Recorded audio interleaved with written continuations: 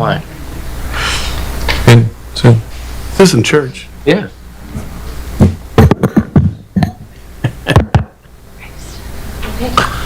thank you. Good evening, everybody, and welcome to the council meeting today, Monday, May 20th. It's good to see everybody on this beautiful night, and I'm going to ask Councilor Pentelo to lead us in the Pledge of Allegiance tonight. I pledge allegiance to the flag of the United States of America, to the republic for which it stands, one nation, under God, indivisible, with liberty and justice for all. Sue, will you call the roll, please? Counselor Bailey, Here. Counselor DiCiaccio, Here. Counselor Durick, Counselor Forrest, Here. Counselor Pentelo, Here. Counselor Wands, Here. Counselor Weiner, Here. Deputy Mayor Rhodes, here, Mayor Lesser. Here. Thank you. It's good to see everybody on this beautiful day. It's nice to have a nice audience tonight here for the council meeting. Thank you. We're going to have a motion, Deputy Mayor Rhodes.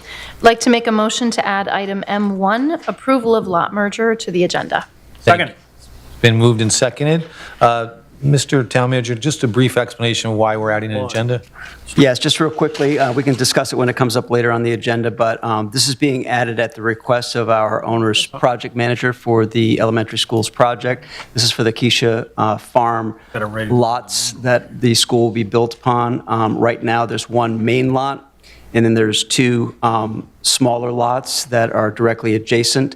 And for ease of the project and to ensure that we get full reimbursement from the state, they need to be combined as one. So this is an administrative process. Actually, we could do this technically without coming to the council, but given the nature of the project and the importance of it, we want to be upfront with everybody and let you know every step we're making. So we're asking for the council's approval to just combine these lots into one. Thank you, Mr. Town Manager. Any discussion on the motion? If not, call the question. All in favor, signify by saying aye. Aye. Anyone opposed? Approved. Thank you, everybody. We have 4 public hearings tonight, but before we do that, we have a special presentation to make. Today is the last meeting for our town clerk, Sue Schroeder. And Sue, we are going to miss you. We are so grateful for all you've done over 22 years. I know your family is here and friends, and we appreciate you so much. And as I've said a little while ago and many times, you and your department have been the face of Wethersfield. If people have come in and you've taken care of them beautifully over so many years. So thank you. I have a proclamation I'm going to read and then a little something else.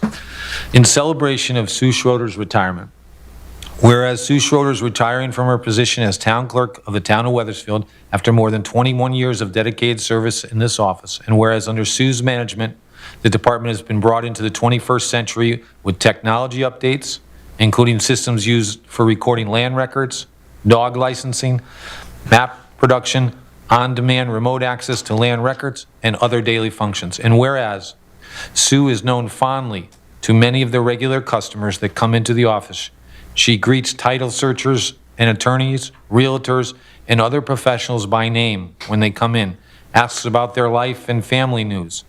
Dog owners are amazed when Sue recalls their dogs' names. That's pretty impressive. Whereas Sue has capably overseen many elections and absentee balloting, most notably the 2020 presidential election during COVID, when a huge percentage of the voting was conducted through absentee balloting. Sue had the creative brainstorm to make use of the florist boxes, the perfect size to which to store thousands of absentee ballots. She has always looked for such imaginative ways to save expense for the town and with practical solutions. And whereas Sue's organizational knowledge will definitely be missed, it is the town council, especially her town clerk staff and residents throughout the town, that will miss her quiet competence, fun, sense of humor, and kind-hearted treatment of all of us. We are, however, pleased that she will now have more time to spend with loved ones at the shoreline and pursue crafts and baking projects that bring her joy. Now, hereby, Ken Lesser, Mayor of Wethersfield, do hereby applaud Sue Schroeder's years of dedicated service to the town of Wethersfield and its residents. Congratulations, Sue.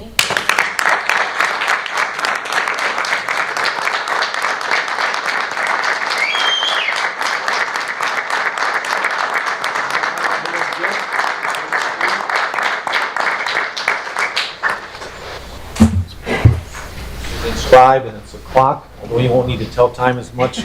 Time. Would you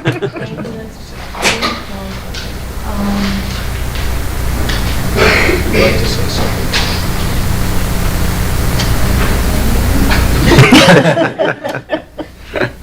So I'm very surprised, and I'm just so honored. Thank you all so much for this. So as Ken said, after 21 years in the town clerk's office, I've decided to retire to spend more time with my family. And tonight's going to be my last council meeting. So when I first started here, I was terrified because I didn't know what I thought I should about the town to be Wethersfield's full-time assistant town clerk, but Dolores saw something in me, and I will be forever grateful to her. I know she's smiling on me now. I dug my heels in, and I did my best to overcome the fear and learning as much as I could about the town. And before I knew it, Wethersfield became my home away from home, a place that I love to work in. So I met so many wonderful people and formed so many bonds with the residents, and they will never be forgotten. And the people that I work with are just tremendous. They're the best coworkers, and they go out of their way when you need help. And we all care about Wethersfield and keeping it a great place to live, and that's why I'm also proud to call them my friends. I also have a staff that is second to none, and I'm so grateful every day for their support, and they are truly my work family, so I couldn't do anything without them.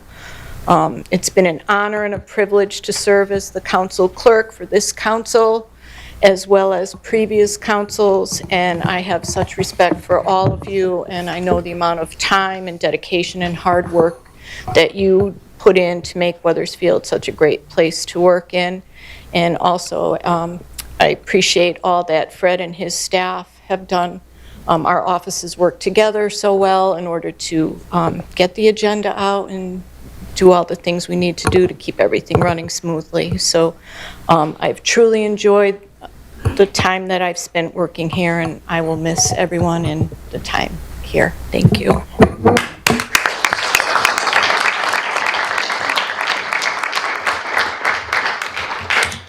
Thank you again, Sue, and congratulations.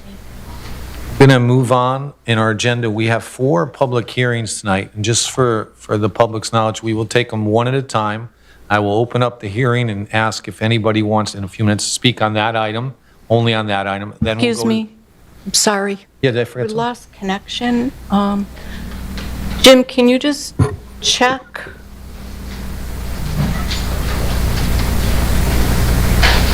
Connection.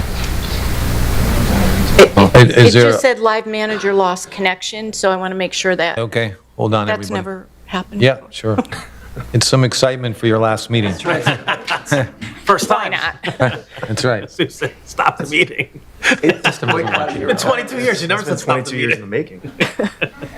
You do whatever she wants. Yeah. The meeting stopped. Yeah, it shows you the power sheet. There you go. We get it, we get it. We're just waiting on some technology. Bear with us, everybody.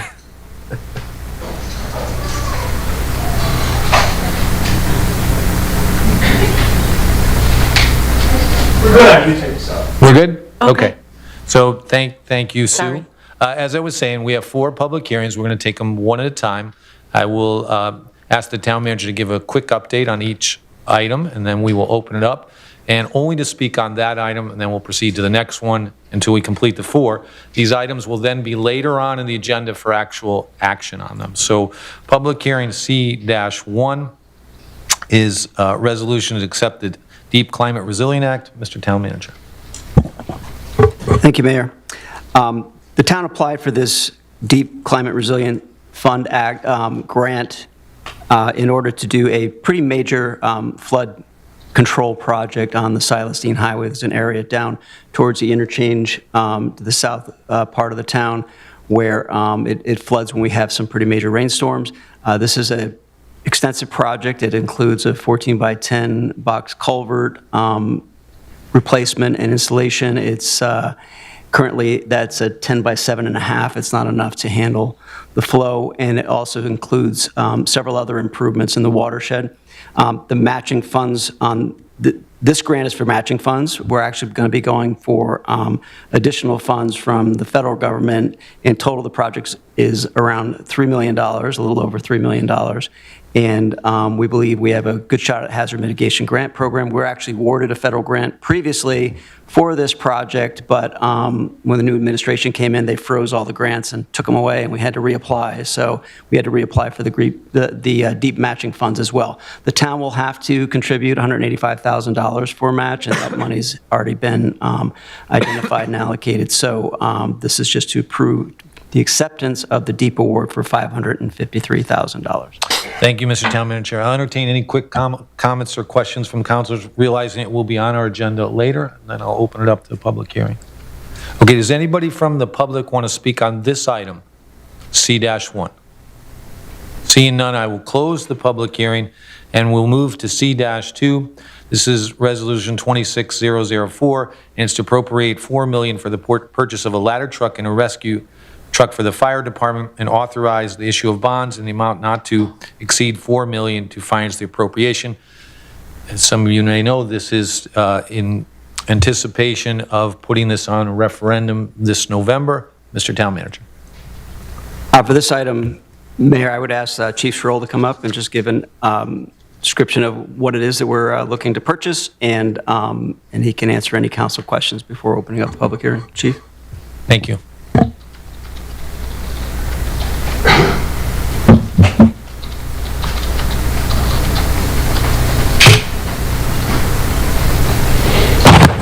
Good evening. The two vehicles that we're looking to replace are a 1997 Sutphen 100-foot aerial ladder that is almost 30 years old. It will be 30 years old next year. And also looking to replace the 2001 heavy-duty rescue truck for company number 2. Like I say, that's a 2001. The recommendation from our regulatory agencies that the vehicle is replaced after like 15 years. We're getting to 30. Parts are becoming stringent when things break down, so it's time to starting a replacement program, and we're looking to bond the $4 million in November referendum. Thank you, Chief. Appreciate that. Any quick questions from the council or comments before we open up the kind of the public? hearing part of it. Sorry. What's that? You're in the hearing part, so Correct. I think that's for later. Yeah, we've allowed this in the past, but thank you, Councilor Forrest.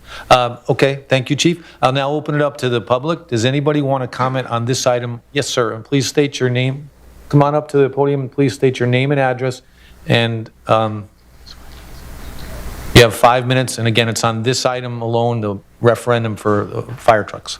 Yes, so my name is Jaden Ambiel, live at 2 Hubbard Place. My main question is what would happen to the old vehicles if we replace them? We can, the chief can. Thank you, appreciate it. Chief, yeah. Try to answer that. The old vehicles, did you catch that? The old vehicles, we'll look at either trading them, which their value is really negligible, and we might be able to, whatever town finance decides what to do, whether they go out to advertise to bid to sell them outright or work on a trade. That's up to the town finance rules. But the value basically is really probably scrap metal for what they're worth. Good question, thank you. Thank you, Chief. Further public comment on this particular question? Mr. Young.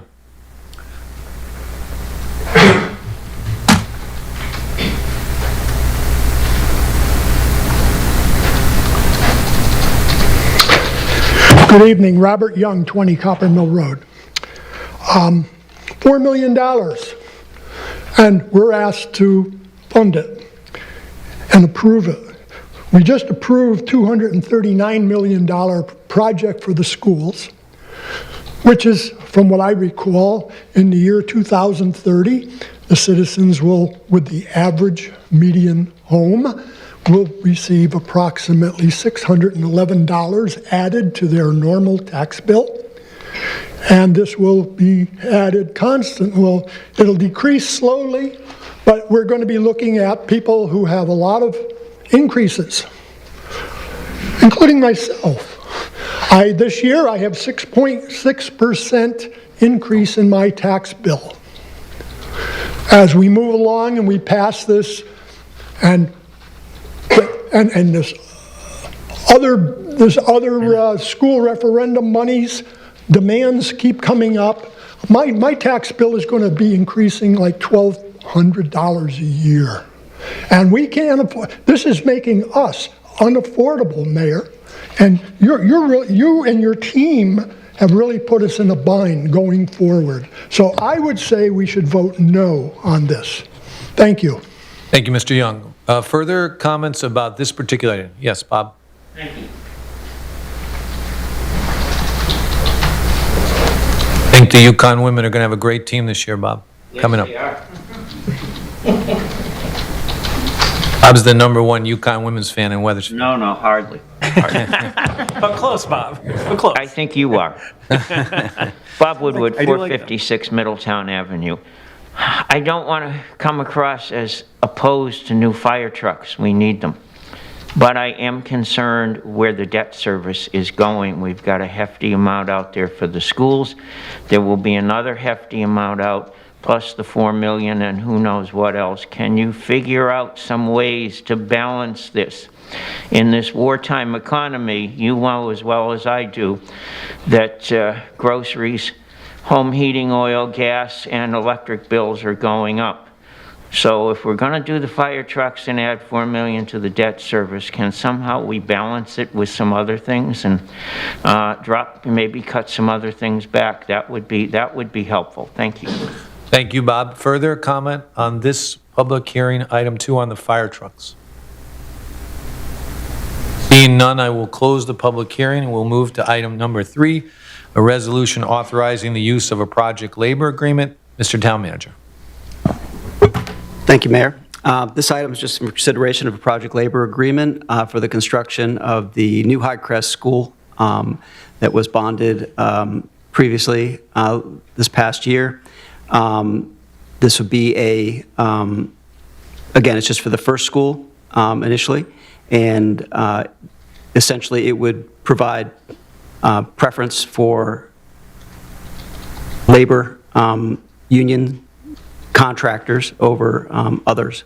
So it's an item, I don't really have much more to add to it, I apologize. No, thank you, Mr. Town Manager. We'll open up the public, is there any quick question or comment? We'll open up the public hearing. Anyone among members of the public want to speak on this item, which is the proposed project labor agreement? I saw Mr. Young's hand first, so Mr. Young.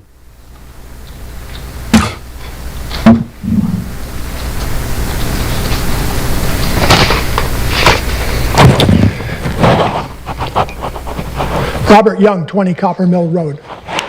I oppose this. We're looking at tremendous amounts of expenses on this school project. The school had refused, or I should say the advisory committee did not support citizen requests for information on this in a timely manner. Matter of fact, it never appeared because you didn't have the detail to support all of this, and you should have. So I strongly oppose of this entire expenditure and this labor agreement because we're looking at some very bad, tough times, and we don't need this. This is going to bury us. So vote no. Thank you. Thank you, Mr. Young. Further public comment? I saw Tom, and I saw, Tom, you're first, and then, Tom, I got Tom first. Miguel, I see you too. And forget your name. You're on deck. So, Tom. No. You're about, Tom. Now? Go now? Good evening, Tom Mazzarella, 600 Walcott Hill Road. I'm speaking tonight to urge the council to vote against the project labor agreement for our upcoming $239 million school project and instead choose an open bid process. First, I want to clear up the biggest misconception about this vote. This vote is not about worker wages. Under Connecticut General Statute, every public school project of this size is legally bound by Connecticut prevailing wage laws. Whether we use a PLA or an open bid process, every single tradesperson on the job site will be paid the exact same state-mandated wages and benefits. A non-PLA open bid process does not cut workers' pay. What it does is remove the restrictive and unnecessary union hall red tape so that more local qualified contractors can compete to build our schools. Our primary fiduciary duty as a town, and more importantly as elected officials, is to strive to get the highest quality schools for our children at the best possible price for our taxpayers. To do this, we need healthy competition. Right now, roughly 80% of Connecticut's construction workforce is open shop or non-union. If this council mandates a PLA, you are legally requiring any winning contractor to hire exclusively through union hiring halls and adopt rigid union work rules. The vast majority of Connecticut contractors simply will not alter their business models to do this. A PLA effectively locks out 80% of our state's skilled workforce before bidding even begins. Basic economics tells us that when you artificially slash the bidding pool, prices will skyrocket. Independent studies analyzing Connecticut school construction show that PLA mandates inflate school building costs by an average of nearly 20%. This isn't an opinion or something I concocted. It's a statistical reality. The Beacon Hill Institute analyzed 95 school building projects and found a 19.8% cost penalty. This is detailed in a 28-page document, which I will leave with the town clerk in case some of you haven't read it. At a minimum, you should all read it before acting on this item. Our massive $239 million project, that 19.8 premium translates to over $47 million in unnecessary spending on the backs of our local property taxpayers, as well as state residents through various state taxes. That is $47 million that could otherwise fund teachers, public safety, or local infrastructure. Or here's an idea, the savings could help reduce the property tax burden on our residents. Project labor agreements negatively impact our local minority-owned businesses right here in our region. Connecticut school construction grants require strict participation goals for minority, women, and veteran-owned businesses. However, the reality is that the overwhelming majority of certified minority, women, and veteran-owned business subcontractors are small non-union merit shops. If local minority-owned contractor in our area wants to work on our school under a PLA, they are faced with a terrible choice. They must either leave their trusted everyday employees at home and hire strangers from the union hall, or they must opt out of the building entirely. By rejecting the PLA, you ensure that our local diverse contractors can bring their own steady, experienced crews on the job site. An open bid is the only way to ensure true equitable local participation. You will hear arguments that the PLA is necessary to ensure high quality or to prevent labor delays. This is simply not true.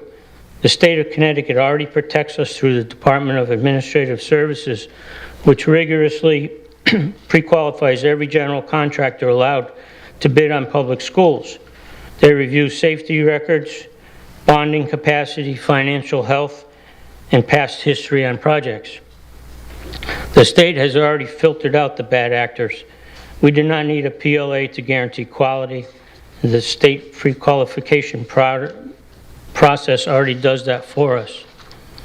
A fair and open bid does not favor non-union over union. It allows both groups to bid on an equal competitive playing field. If a union contractor submits the best lowest bid under an open RFP, then they win the job. If a non-union contractor submits a better bid, they win. That is how a fair, transparent municipal bidding process is supposed to work. I'll continue later at my public comment. Thank you, Tom. Thank you. Thank you, Tom. Yes, sir. Yeah, name and address. I know you spoke before. And Miguel, I have you on deck.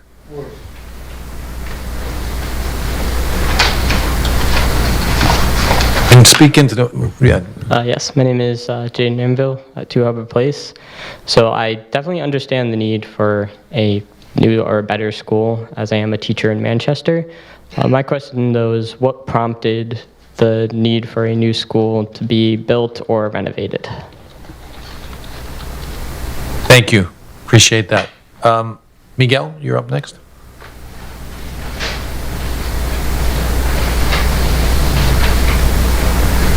And name and address for the record, please. Good evening, Mayor and Town Council. Miguel Fuentes, 10 Beach Tree Drive, Wethersfield, Connecticut. I'm proud of it. First city in the state, and the best one, I may add, for anybody on YouTube. So, They all approve. yeah, that's right. Lots to say about studies and opinions and ideas, but let me talk about fact and experience. Lots of time working on project labor agreements myself. I happen to be the president of the Carpenters Union, and I'm second of 3 generations. We've done a lot of projects across the state. In fact, I've done some across the country. Project labor agreements do not preclude anyone from participating on a project, whether they're signatory, union, non-union, not represented. It just sets some conditions which help us to mitigate risk. Times, budgets, and the gentleman was right to say that the budget would be already set by the prevailing wage that's associated with that project. But the devil's in the details. And when you're negotiating a project labor agreement, it's not a boilerplate. It's fit to the conditions in that town.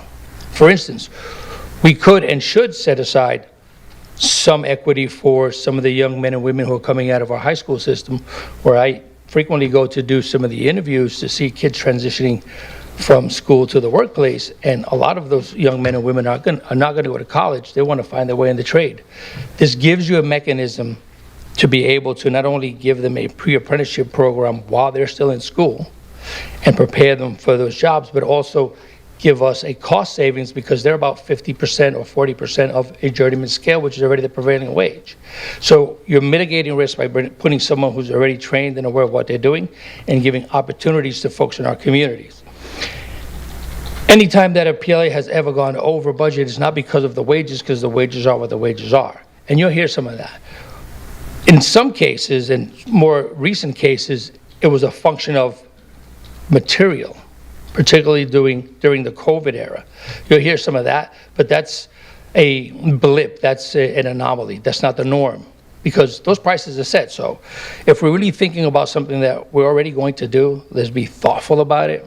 Let's include any contractor who wants to participate and follow the rules and make sure that they are a good stakeholder.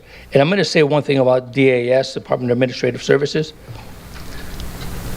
Many of the contractors who are certified to do work through DAS are some of the very same contractors that I have found been issued stop work orders on some publicly funded projects because they had second and third and fourth tier contractors who are not paying workers' comp, who are paying under the table cash, who are undermining a legitimate construction industry and saying, I'm going to give you the best price, but they're not paying the burdens that a legitimate law-abiding contractor is.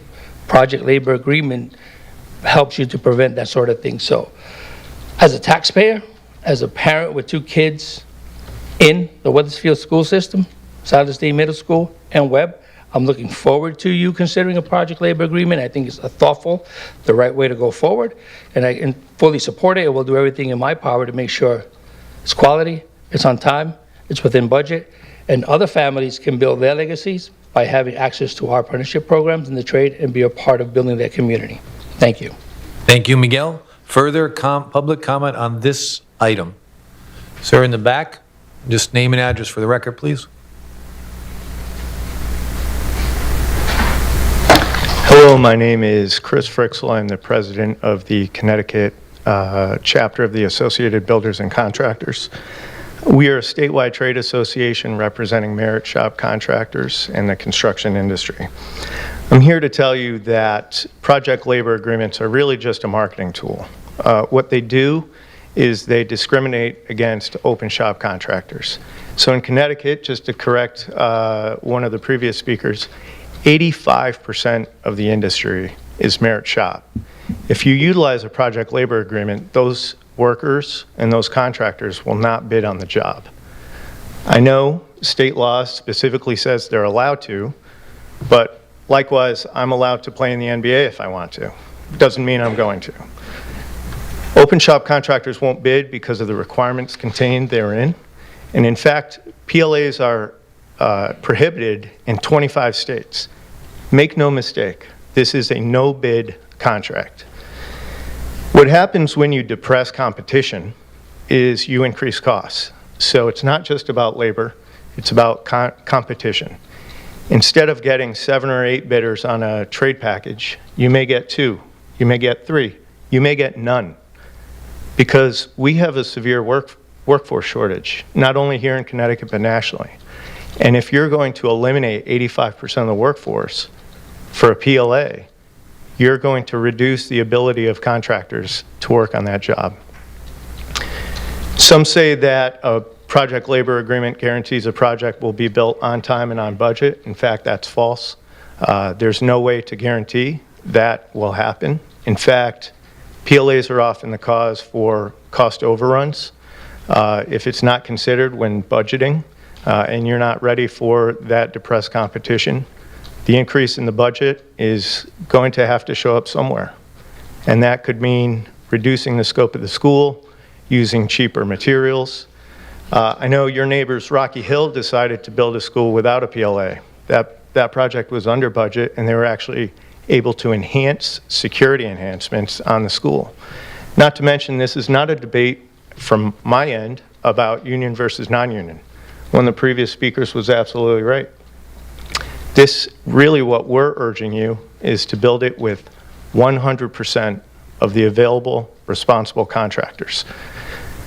We see schools like this get built all the time, and when a PLA is not utilized, union contractors win 40, 50, 60% of the union of the trade packages.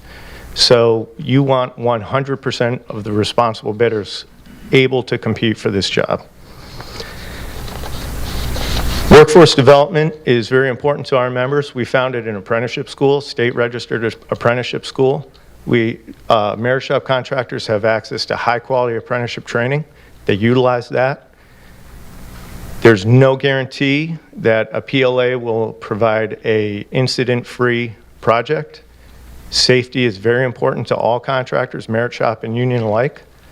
There's also, if you read the language of the contract, the talking points about guaranteeing local hire, guaranteeing minority hire. If you look at the language, all it requires is a good faith effort.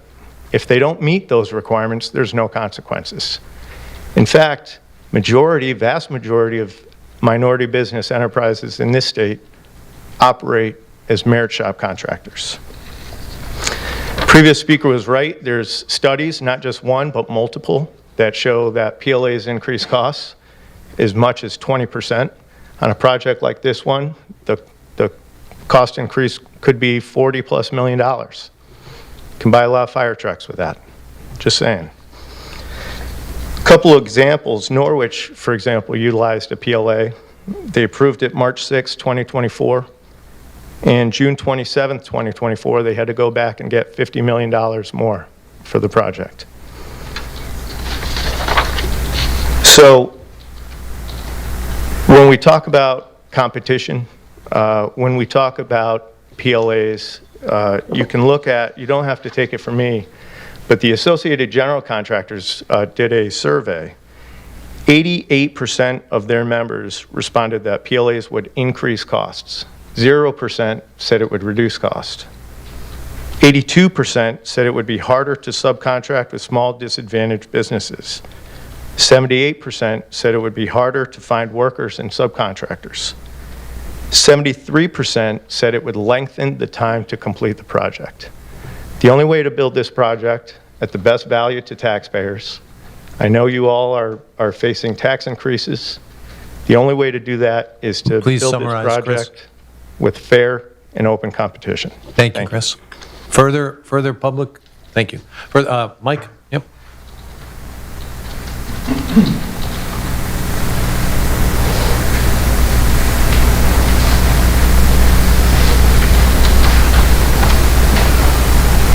Mike Grabowski, 46 West Way, Wethersfield, Connecticut. I live right behind the high school. Thank you, council members, for listening to us today. I'm also the president of Hartford Building Trades. There's a lot of stuff being thrown out there about over budget and things like that. The facts are the facts. A PLA does not cause a job to go over budget. What a PLA does, it provides you with an apprentice program within your school system. It gives your kids a chance to go into the trades and get a career in construction. That's not offered anywhere else. It's an automatic right in the contract that an apprentice program set up. Our jobs come in under budget. I'm in full favor of this PLA, as a lot of you know. There's the Norwich comment that was thrown out there. He failed to mention that they found ledge on the project, and that's why they had to go get more money. But we provide a lot when it comes to a PLA, whether it's the safety within the job, the time frame of the job, the budget. Every one of our trades has a school where not only our apprentices go, but our journeymen go to carry on their education when it comes to the trades, whether it's a new technique or anything of that sort. There are facts out there, and a lot of stuff that gets thrown at you against the PLA, they're not facts. Our studies were done, the studies for supporting PLAs were done by Columbia, Harvard, not the non-signatory companies that decided to do a survey. They were professional studies, and I just want to end that I'm in 100% support of this PLA. Thank you. Thank you, Mike. Further public comments on this item? Martha?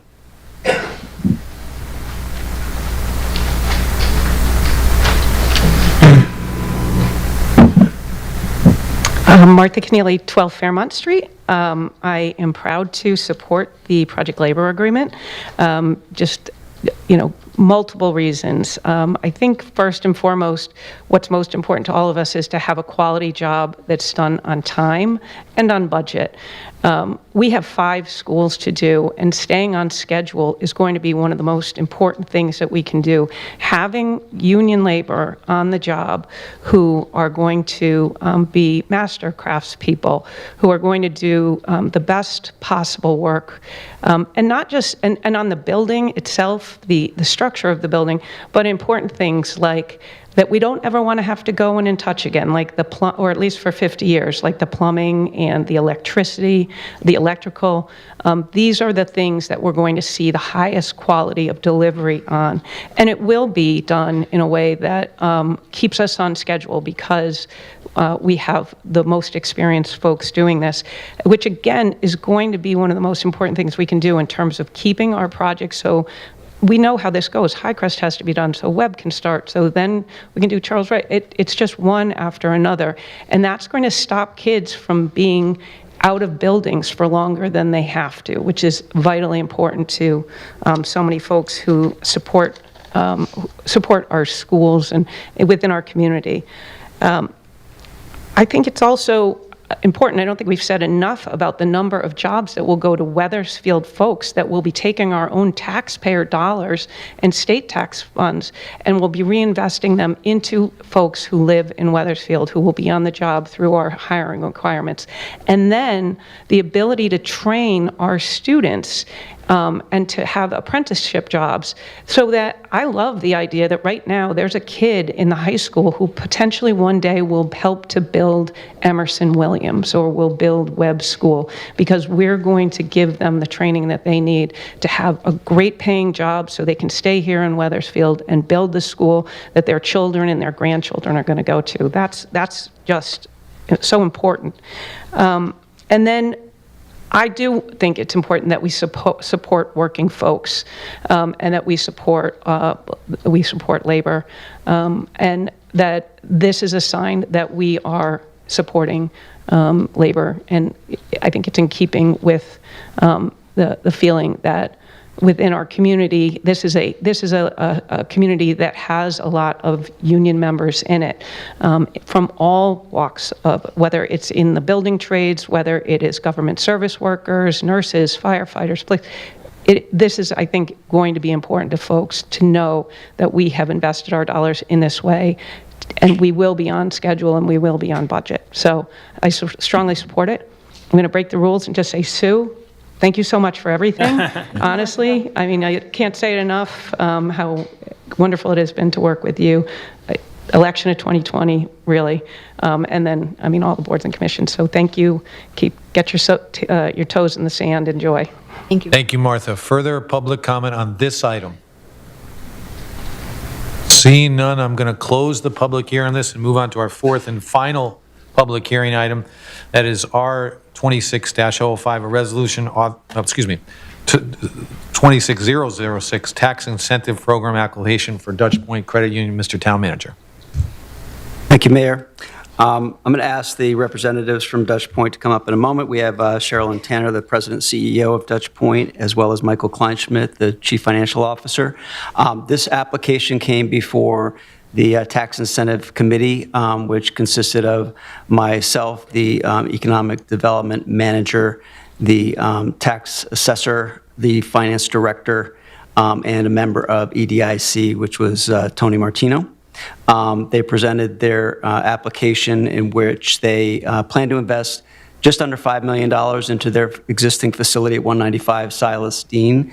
As many of you are aware, Dutch Point built a brand new, beautiful branch at Goff Brook Plaza, right? And they have been, it's been very successful there. Now, instead of just closing down the old building and moving their headquarters operations somewhere else, they've opted to stay in town. They're going to renovate and invest just under $5 million into this building to serve as their headquarters. And we are very pleased to have them stay here. With this investment, it's estimated that the property value will increase approximately $1 million.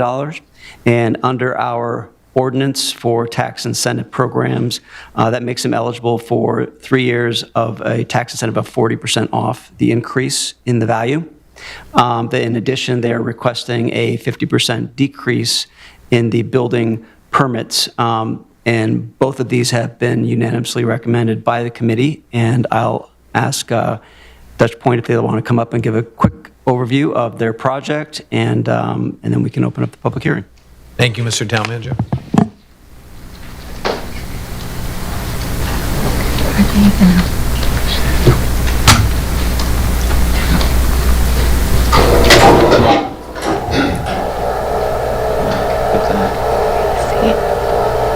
Oh, you see it on that side, you can kind of. Leave that to you. I can't be doing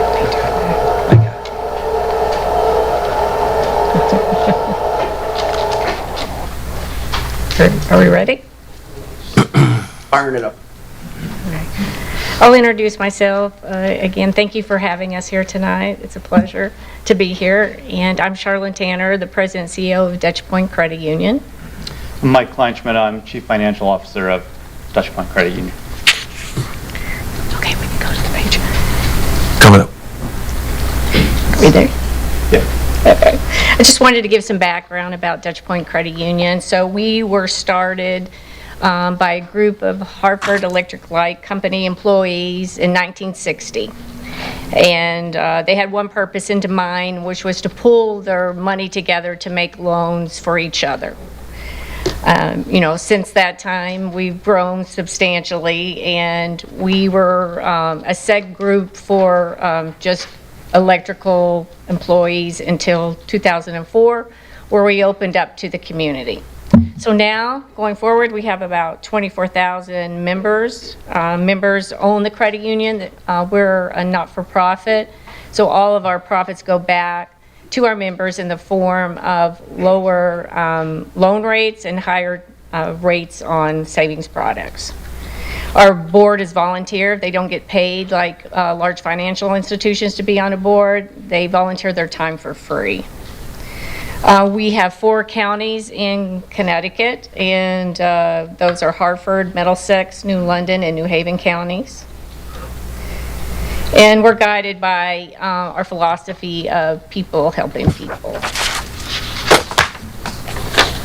Our timeline in Wethersfield was started in 1976, where we opened our first branch in Wethersfield at 195 Silas, Deane. So that was 50 years ago. In 1996, we relocated our corporate offices from Rocky Hill to Wethersfield. And then in 2025, we had, well, probably starting in 2020 on, we knew we were running out of space at 195 Silas, Deane. We had to move forward with a plan. We decided the best plan was to move the branch out of the corporate building and relocate it, and that's where the branch at 1269 is now, at Goff Plaza. It's a beautiful modern branch, and it's been highly successful. Now in 2026 and 2027, our branch, our corporate office is I guess I could call it a shambles. I don't know. When you take out a branch out of facility, it kind of looks like a ghost town in there, and it's not efficient. So Mike's going to give you some more. So this is our new branch at Goff Plaza, down at 1269 Silas Deane Highway. This opened in July 2025. Hey, Mike, we can hear you well, but if you can go to the microphone so the folks at home, and they'll want to hear your great voice. I'm sorry. You can't see the presentation from over here. So our nice brand new building, we did not come to the town for any tax incentives in this building when we built it. That's the interior sign of it. It's really modern, forward-thinking, and a place that we wanted members and non-members, future members, to come and realize that the branch is not dead, that even in this world, we are here to serve our members, maybe not in everyday transactions that can be done on a phone, but that we can consult and meet the needs of the public. Especially, we have financial counselors in every branch. We counsel them, we help them get to their needs, get their credit scores for lending and all those things. So this building, we invested about $4 million in between the building, the equipment, the security systems, the ITMs. We have a lease that's almost $2.75 million over 20 years. And if we go out to the 45-year lease term with the additions, it's over $7.5 million. So we're here for the long haul. And this was our flagship branch that we brought to Wethersfield.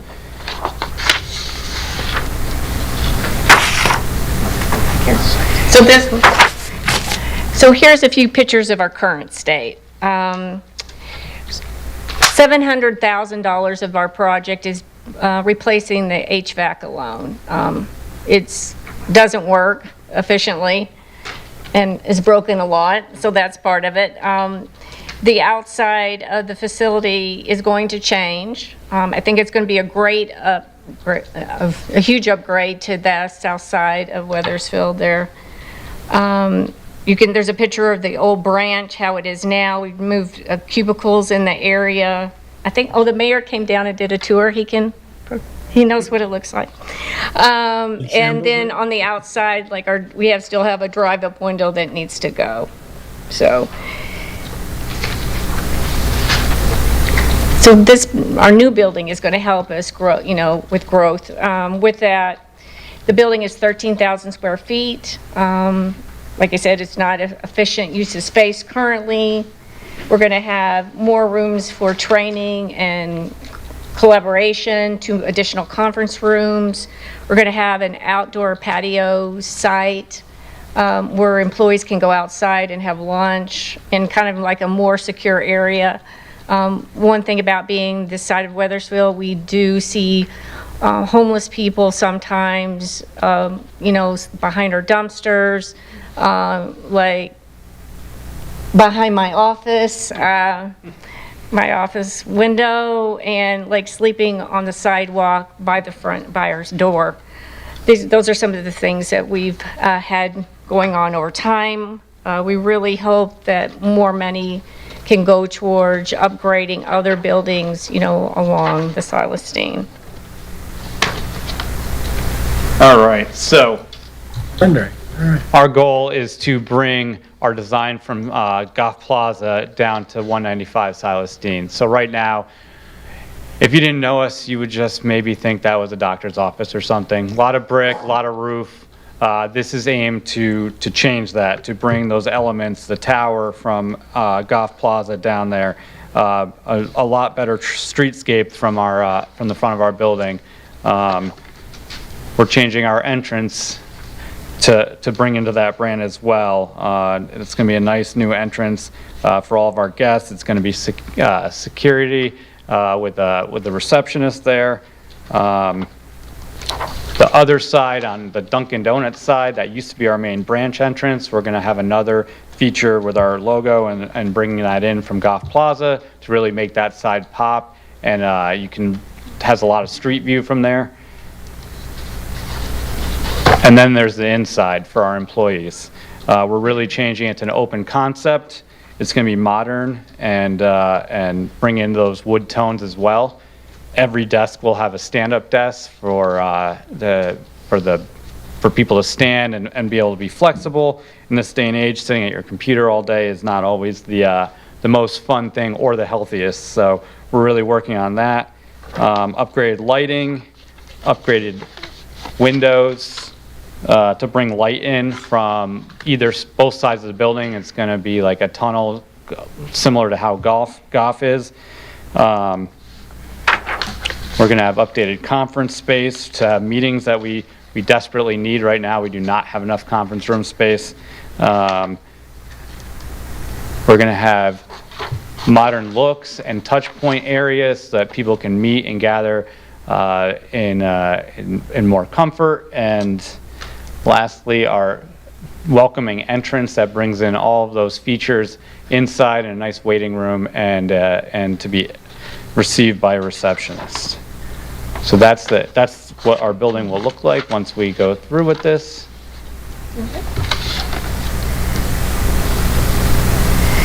So, why we wanted to come forward with this application, because we really want to stay in Wethersfield. Right now we have 56 people that work in that building. We do not have a remote workforce. So our team shops, some of them live in Wethersfield, they definitely eat and eat out in the town. So they love working here. And with this renovation, we'll be able to hire 10 more people for the facility. So at that point, we will probably be looking for, I say down the road, maybe in 5 years, looking for additional space in Wethersfield for additional buildings. So, we support in future growth in the community. We're investing in our property to make it more attractive, and we want to make more employees, hire. I don't know what to say the word I'm trying to look for. I don't know. more talent to Wethersfield,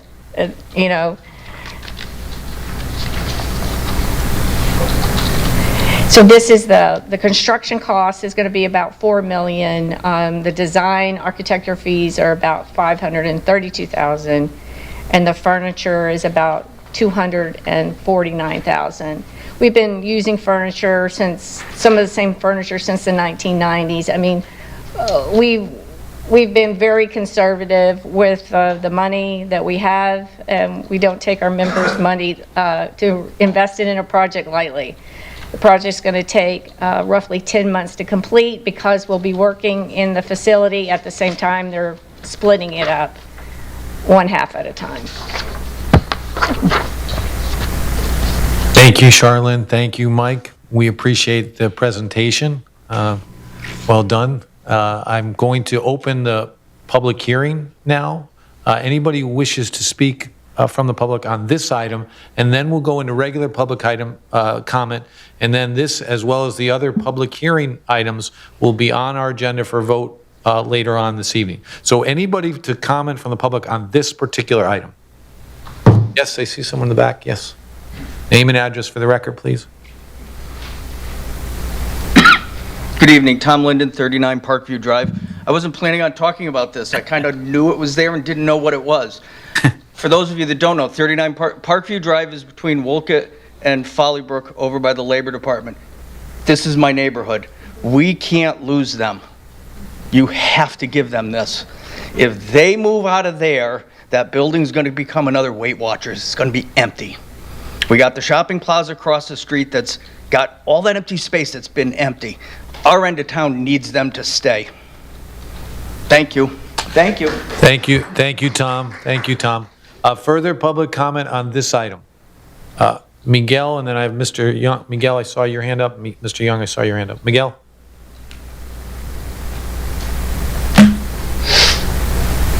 Again, Miguel Fuentes, 10 Beach Tree Drive. I am a Dutch Point member. Thank you for staying in town. Let's help them out. Thank you, Miguel. Mr. Young, you're next.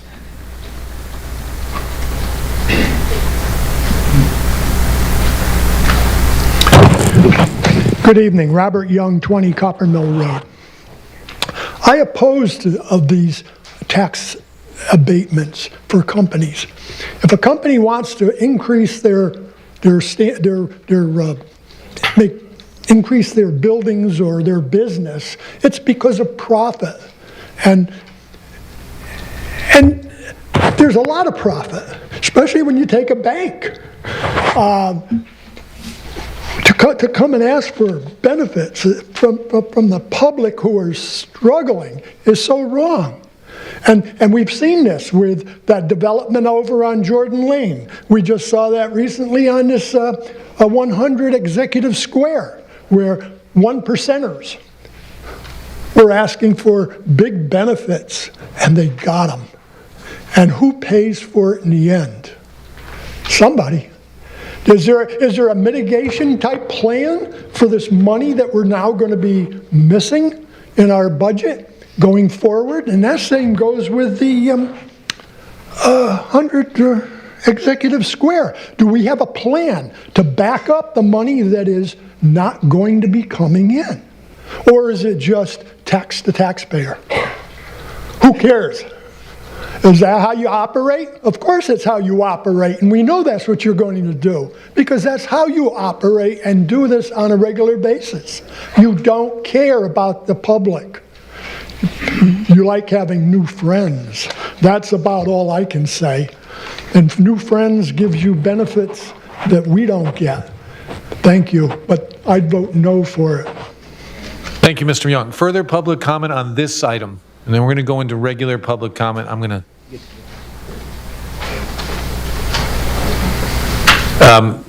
Thank you. Thank you, Town Manager. We're going to close the public hearing. You do have an opportunity to respond as the applicant if you want to say anything based on any public comment, and then we will open it up to general public comment, and appreciate everyone's patience this evening. Any further comments, Charlotte or Mike? You don't have to make any, but if you want to, you...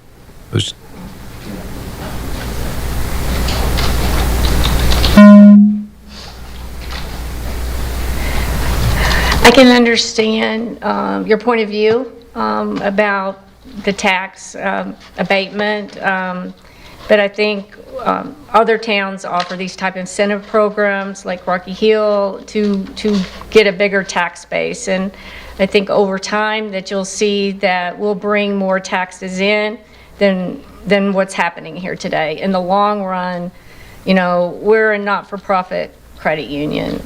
We're not here to make big money. We're here for our members. We survive only because of our members. And the last thing I want to do is to raise one of your neighbor's property taxes. That's not what we want to do. We want to find ways to help out in the community. And I think if, you know, with just this help to get us going, just for the, you know, the tax abatement for the 4 years is it's good for the town, and it's going to be good for the credit union. I think it'll be a win-win. That's what I have to say. Thank you, Charlene. Is anyone else on this particular item, again, before we close the public hearing? Okay, thank you. We're going to close the public hearing, and now we're moving on to regular public comment. Again, thank you, everybody, and I'm going to read what I read each night. During the public comment period, members of the public will have 5 minutes to speak on any issue. We have a lighted timer at the podium to help each speaker be aware of the time remaining. When you step up to the podium, please state your name and address. At this point, the green light will come on, showing your 5 minutes have begun. The yellow light will come on when you have 1 minute left. And at the 5-minute mark, we'll ask you to complete your comments. Ask that you address your comments to the entire council and refrain from speaking directly to or about an individual council member or the audience. Ask you refrain from any derogatory comments and do not make personal attacks, and always, always, please remain respectful. This section is for public comment only. The council will generally not engage in back and forth dialogue. If any follow-up is needed, please leave your contact information with the town clerk and the town manager. We'll follow up with you. Okay, for regular public comment, I'm going to open it up now. Again, please state your name and address, even if you've spoken before. Would anybody like to speak during this public I see a hand on the back. Yes, ma'am. Yes.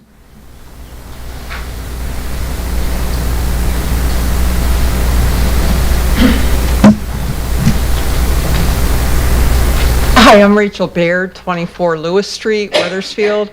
I'm just going to be brief. I had a fire at my house on July 4th of this year. I was in Rocky Hill, and I learned that the call had come over the scanner, and somebody called me, and I rushed to my house, and there were so many firemen there, and I was so impressed. That was a Saturday, July 4th, and Monday was July 6th, and there wasn't a town council meeting. I was going to come then. Seems kind of like a late thank you, but this was the first meeting you've had since July 4th. So I definitely wanted to state publicly my appreciation for the fire department. They showed up. They were sympathetic to the situation. And the good news is my house is safe, and it was just the porch that was a little damaged. So there was also a Wethersfield police officer that showed up. She was very attentive. She was very kind, and I just wanted to let everybody know that. So thank you. Thank you, Rachel. Appreciate that. And we have our chief and former chief and firefighters here. Thank you, gentlemen. We appreciate what you do for our community. Thank you, Rachel. Further public comment. Tom, I see it's the only hand I see. Yep. Tom, you were next.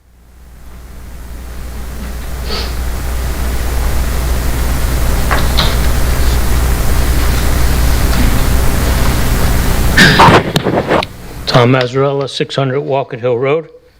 Just want to kind of finish where I left off. I'll backtrack a little bit because I was trying to beat the clock. A fair and open bid does not favor non-union over union. It allows both groups to bid on an equally competitive playing field.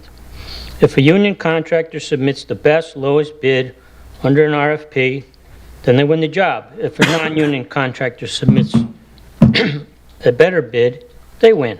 That's how a fair, transparent municipal bidding process is supposed to work. Please do not tie the town's hands down with a PLA mandate that drives up costs, locks out local workers, and reduces competition.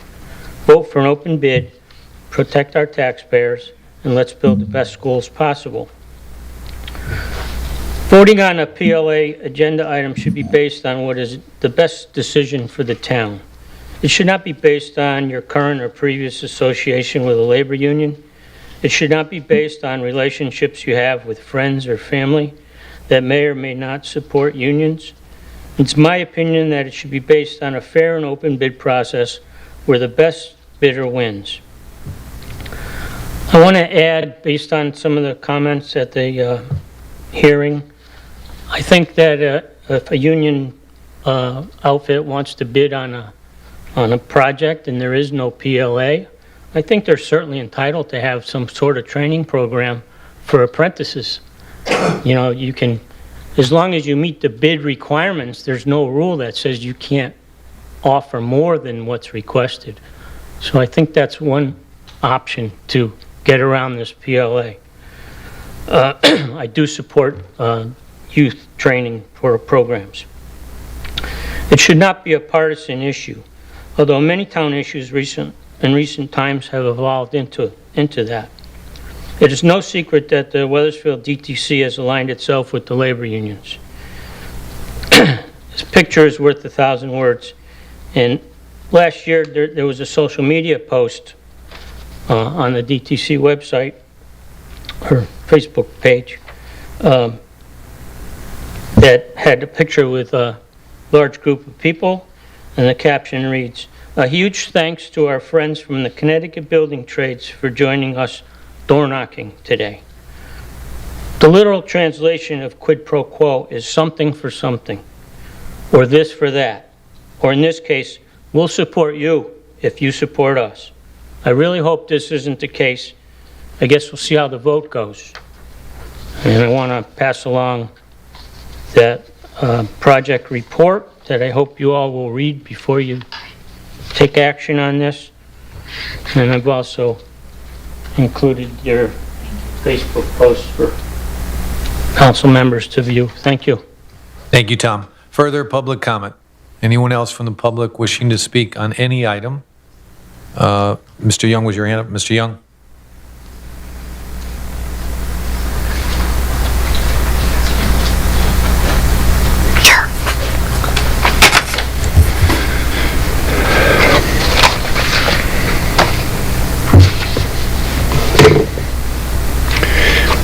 Robert Young, 20 Copper Mill Road. At your January 1st meeting, you had a presentation, you had a discussion, and you had a vote on the 100 Executive Square property down off the Silas Deane Highway. I made some comments at the next meeting. I believe it was the middle of, whatever, June, and about this. And I've also come across and looked at this whole thing. As I say, I'm not in favor of tax abatements. I think if a company wants to come and buy something, they should come on their own and buy it and not come and ask the town to give them some big benefits so they could continue building their one percenters, owners' bank accounts on the citizens. I looked at your tax bills, search and pay. You can do that online. And I looked up the 100 Executive Square. And what I noticed is your gross income, your gross assessments that you have in there, in this case, are $19,250,000. And over in the next column where it says net assessment, it's got the same number. It should be, the gross assessment in this particular case is 27 million and some change. And the net assessment is 19 million. And because of how you've done this so incorrectly, you then ended up down in the years in 2024 and 25 where you're taking the gross, in the column of gross assessment, you still got the $298,000 in there, and then you're taking an exception. And you're reducing it by that exception amount. In this case, it's $134,000, and the next year it's $800 and almost $900,000, giving a different net assessment, which brought their price, their tax bill down. You purposely did this in order to make the numbers. You fabricated them, and that's exactly what you did. If you would have taken the 27 million times 70%, now you're at the 19,298 times the mill rate, you're at 771,000. Whereas you're a much lower number else that you were using in your analysis. And that number, you ended up bringing lower numbers in, showing what a great deal you were getting up against what the tax would have been. In fact, your deal was terrible. Absolutely terrible, and you all voted for it.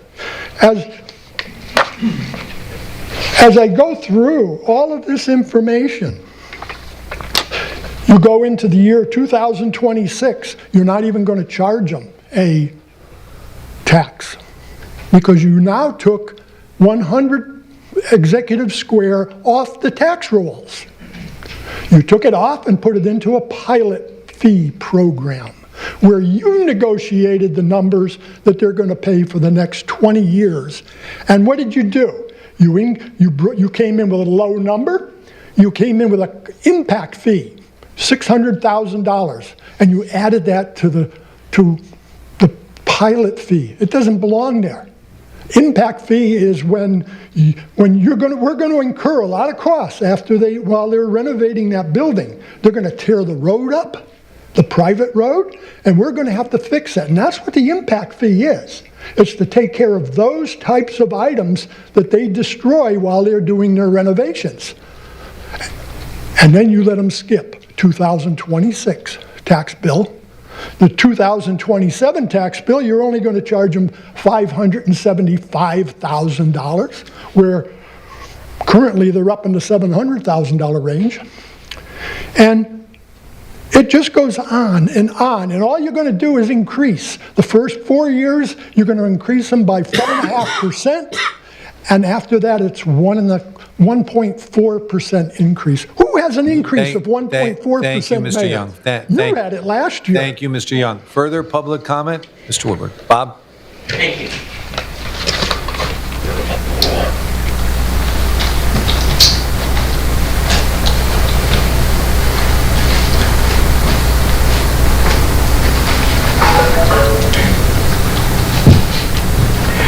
Bob Woodward, 456 Middletown Avenue here in Wethersfield. Briefly, I want to say, when you look at the front end loader that is on the agenda, I'll say the same thing as the fire truck. Do what you can do to keep it from impacting our taxes too badly. I'm sure physical services needs it, but keep us from impacting our taxes too badly. I'd like to spend some time talking about Millwoods Park. Parks and Rec passed the master plan. You will be, if you haven't, you will be receiving it. I want to urge you, before you vote that master plan or something, to have a separate meeting with people who are concerned about Millwoods Park. Millwoods Park was not purchased by the town like Wilkes Farm or Cassia Farm. Millwoods Park, like Stillman Park, was left to the town, to we, the people, to all of us. You will never get a park like this again because there's no property out there to leave. Millwoods Park was left as a park. If you had been at the April meeting, you would have heard the most prevalent comment, we want a park, not an athletic complex. And you would have heard the most prominent question, where's the town council? Meaning, if you're going to vote on it, why aren't you here to listen to us? There are also environmental concerns. There was a letter to the editor in the Rare Reminder about fish hooks and things if the fishing is improved and changed up there. You can go back and read last week's Rare Reminder. There was a woman who spoke in April eloquently on animals. And I want to know, as a railroad enthusiast, why there is, in effect, a railroad switch tower up there. There's a two-story building that looks like a railroad switch tower. Doesn't look like something that belongs in Millwoods Park. Send it down to the New Haven line, as far as I'm concerned. But I would hope that you would take the time to listen to we the people. You want our taxes, you want our votes. Take the time before you vote this and listen to us. You've got some extra time in August. You can find some extra time. I think people would come out because this park is not coming back again. It will never be given again. It belongs to all of us, and we have a right to speak on it. There's a lot of concern about it. What I'd really like to see you do is put it on the ballot in November and let all the people vote as to whether we accept this plan or not. A longtime town resident, several town council meetings ago, said to you, the visions for this town should come from the people of the town, and the leadership of the town should be there to help us get there. Please listen to our vision for Millwoods Park. Thank you. Thank you, Bob. I just want to point out, you did mention that people asked where were the counselors on that April meeting that was a meeting for Millwoods. We did have a budget workshop, and I know you referenced that, but we were here, but we've reached out to some of the folks in that community. But thank you, Bob, appreciate it. Just wanted to... Meeting would be nice. Yeah, thank you, appreciate that. Further public comment? Yes, sir, over here.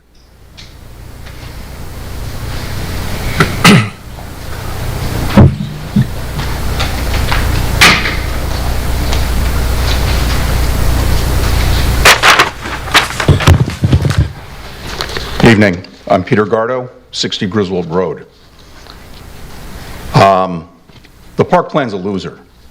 I wrote a letter to the town manager, the mayor, and the new Kathy Bagley. I don't recall her name.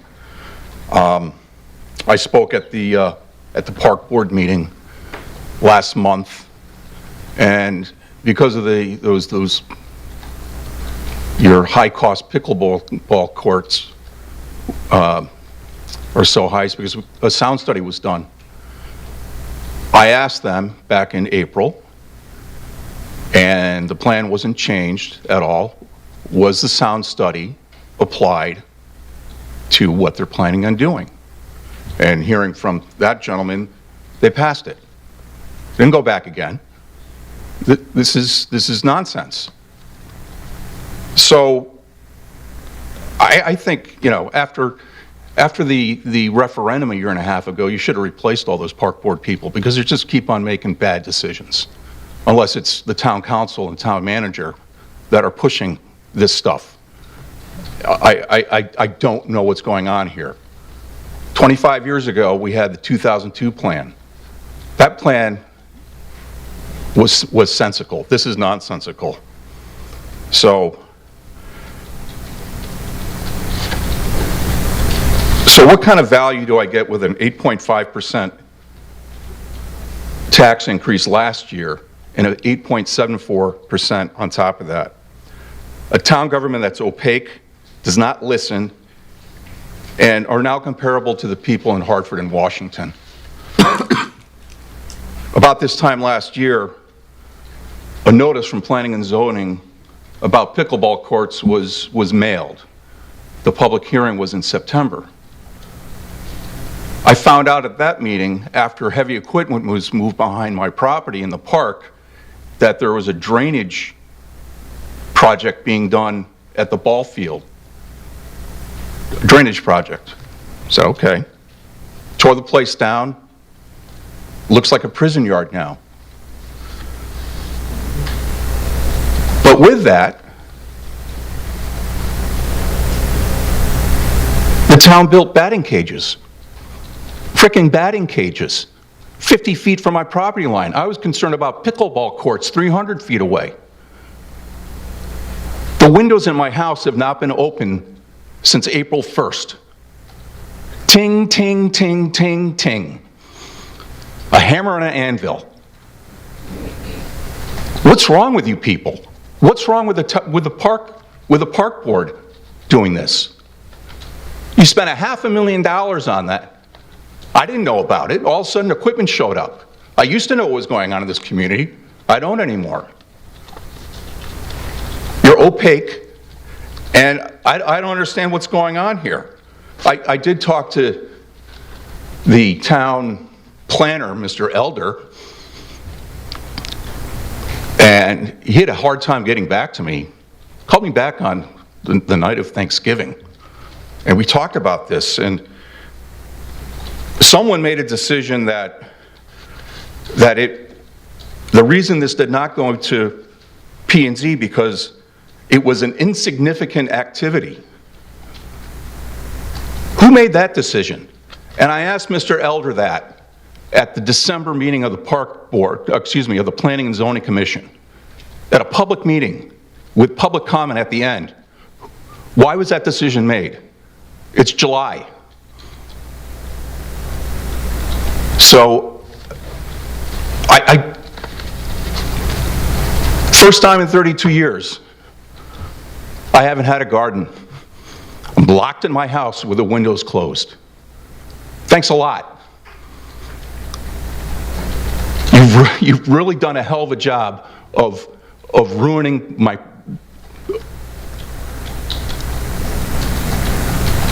I cannot believe what you people have done.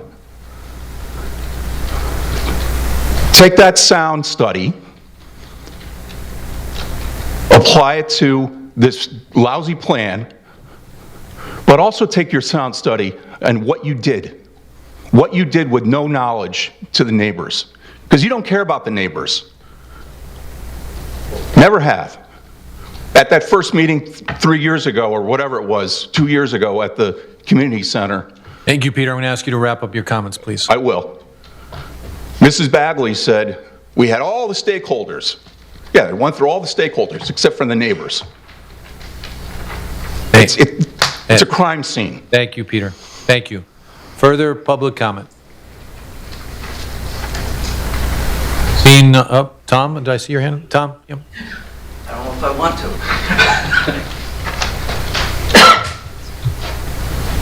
to. Again, Tom Linden, 39 Parkview Drive. Tom, can you just pull the mic down a little bit? Tom Linden, 39, Parkview Drive. I originally came here to support the fire department for the question that you're doing tonight, but that's a simple one. Move it to a referendum so that we can all vote on whether they get a fire truck, which they should. The tax incentive thing kind of drives me crazy here. The reason for tax incentives is to get a business or a property owner to do improvements to their project, their property, so that their property value goes up, so that after the first few short years, whatever the terms are, they vary project by project, that in the long run, as a town, we're going to get more tax money than we would be getting today. And I say that, I've lived in Wethersfield since I was 5. I'm 64 years old, do the math. I've sat and seen the Weight Watchers building has been empty almost my entire Wethersfield life because nobody wants to buy it and improve it, and we collect, I don't even know what we collect on it, but we collect pennies. If somebody were to buy it, and if they got a tax incentive, good God, wouldn't we jump at that? To have something that's generating huge amounts of money. The big building directly across from Goff Plaza, I can't remember what it is, it's offices. We gave them a tax break probably back in the 90s to do major interior improvements, kind of what these guys are thinking of doing, for high-end corporate offices. We gave them a tax break. That building has been full constantly ever since. We get great tax dollars out of them. Remember Fund Zone? How long did we look at that? We gave the Borden a tax incentive, and they built the beautiful Borden that's full. Within a year, that place was full. Tax incentives work. Yeah, you think you're giving away free money up front. You're not giving away free money. You're collecting less money than you would have collected on a crappy property. Tax incentives work. They're a great idea. Give these guys the tax incentive that they need. Thanks.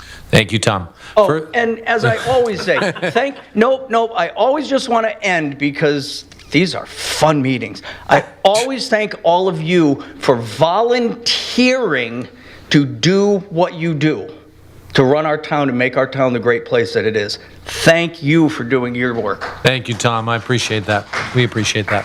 Thank you, everybody. Further public comment. We're still on public comment before we go to the next item. Anybody else? Okay. We will move on to council reports. Does any councilor have a report this evening? We have council comments after that. Council reports? I see Deputy Mayor Rhodes. This has been a long meeting and it's going to continue, so I'm going to be as brief as I can, but I went to 3 different things in the last month and they're important to share. First was I was able to go to the Wethersfield Early Childhood Cooperative Strategic Planning Meeting on July 14th to learn about the process that they're going through. Really, really good people doing really good work for young children and families in our community. If you want to know anything more about it, reach out to Kim Bobbin at WEC, and she will fill you in on how you can be a part of the process. But really good work. So that's happening. I also was able to stop in last week. The Wethersfield Association for Persons with Disabilities had a picnic last week, and I asked some of their leaders, what does the town council need to know? What does the town need to know? And they said, people need to know that we exist and that we're available to support and to help people in our community with disabilities. And so, one, I'm hoping that in future meetings, maybe in September, October, they're going to come and share with us a little bit of the work that they do in Wethersfield. And two, just to put that out there, that we have an organization that is in town to serve and support members of our community with disabilities. So again, you can contact them through the town. They're one of our boards, one of our commissions, and doing really good work. 3, I went to the Park and Board the Park and Board meeting on behalf of Councilor Weiner last week, and it was great. I hadn't had the chance to go to one before. Lots of things to report from that meeting. One was the Spring Street Pond Park and Dam Improvement Project. They had a presentation looking at how they're going to renovate it's the Spring Street Pond Park and Dam Improvement Project. And it's really involved, and from what they shared, it's really important. And so it was exciting to just sort of hear a little bit of some of the work that they're doing. Park and Rec is not just about baseball, it's about a lot of things. And so that was a really big project to hear about. The Millwoods Master Plan, it's a plan, it's a vision. It is not, we don't know what's going to happen with it. It is some ideas from my read of it and from my seeing it. There is still a lot of park space. It's still a park. It is not a sports complex. There's a lot of people talking about it being a sports complex. It's not a sports complex. The Park and Rec Board people work really, really hard. I was very impressed with how they answered questions, how they responded to the information that was brought up that was incorrect. And I really encourage people to continue to talk to the people who are doing the work. And if you don't like the work they're doing, please volunteer to show up and do the work. Be on the committees, be on the boards. Volunteer your time the same way that they're volunteering their time. They're working really hard. The Harbor Management Plan update was presented. There's a youth sports league agreement that was finalized. What that does is the agreement establishes consistent expectations and responsibilities related to facility use, scheduling, communication, maintenance, and coordination between the town and youth sports leagues. And then they also mentioned the Cove Boat Launch Kayak Program, which has been, from what we can tell, going over very well. People seem to be really enjoying the opportunity to go down and rent a kayak. So that's still available through the summer. To October. There we go. Thank you, Deputy Mayor Rhodes. Great report. Further council reports, Councilor Penelo. Thank you, Mayor. Brian and I and the mayor were able to go to a ribbon cutting last week at 7 Acre Farm. It's the old Deane property at the end of Elm Street. If you get a chance, please go down there. It's like being in a different world. There are flowers. You could pick flowers. They have honey down there. So they have numerous beehives. It's just, you go down there and you forget you're in Wethersfield. So it's such a beautiful thing, and I'm grateful that Ken put me on the Chamber of Commerce, but it seems like we're busy, but thank you. That was, I'm telling you, get there for it. Beautiful. Thank you, Tom, for that. Thank you for attending that. Councilor DiCiaccio as well. Further council reports. Anyone? Councilor Wands. Thank you, Mr. Mayor. I want to start off with the Tourism and Cultural Commission, which has been very busy. We are now on the other side of July 4th, 2026, and the 250th of our country. But I want to start off by thanking the Cultural Commission, Chris Trazik, Nina Vitaliano especially, Judy Keene, Kurt Lang, all the town staff. There were wonderful events that happened before and after July 4th. The Keisha Farm concert that moved into Silas Deane Middle School because of the heat with the Governor's Foot Guard was a wonderful concert and a great way to really start the whole proceedings off there with patriotic music. We had the Americans Community Picnic on the day after the July 4th, on July 5th. A lot of people coming out with their families, having a picnic, socializing with one another, playing cornhole, getting temporary tattoos with their town 250th logo on it.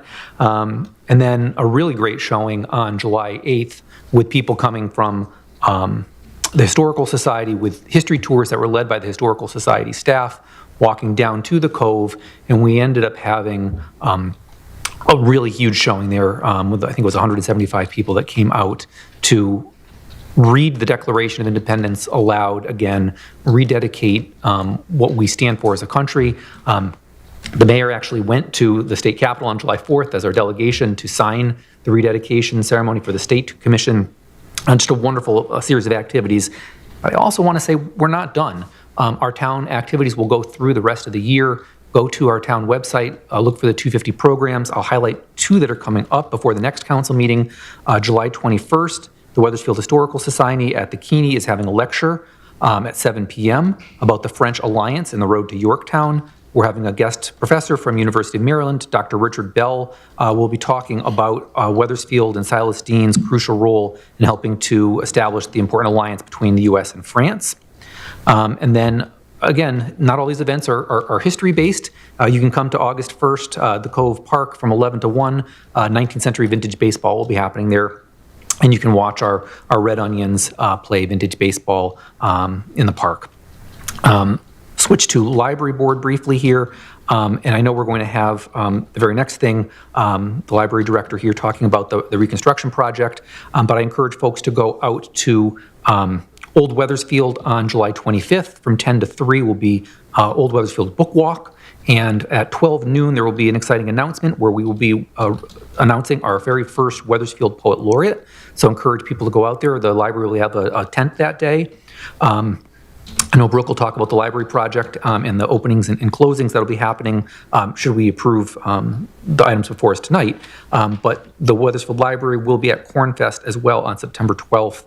So even with some of the limited services that are going to come into the library is very much still going to be open, having events in the community and out there, and look forward to seeing people at the public events coming up over the next several months. Thank you. Thank you, Councilor Wands, and I especially want to thank you for your great work with America 250 and all the work you did for our town for those events. Appreciate it. Further council reports update, and then we'll go to council comments. I'll just mention quickly that the EDIC met 2 weeks ago, and three quick things. One or two of them I reported before, but they're important to tell you again about. The Masonic Home, it has been empty for 29 years. We have been working to get folks in there, and I'm pleased to announce, and some of you already know this, that probably by the end of the summer, but certainly by the fall, the main floor will be occupied by a salon. It's a Wethersfield resident, and they're actively doing work right now, which is wonderful, 29 years being empty. We've talked about this before. There's not a lot to report, but it's important to keep you updated. We are looking into a hotel in Wethersfield. It's a goal of ours, and there's a potential project by the river that's been proposed. Moving along, hopefully moves along quicker. And then the auction house, another priority key property for us. It's been empty for a long, long time.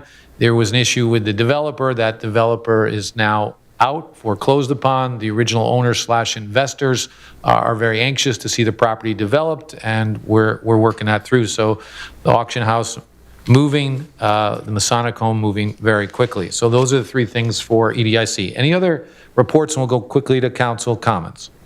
No. Any councilor with a comment this evening? Councilor Penello.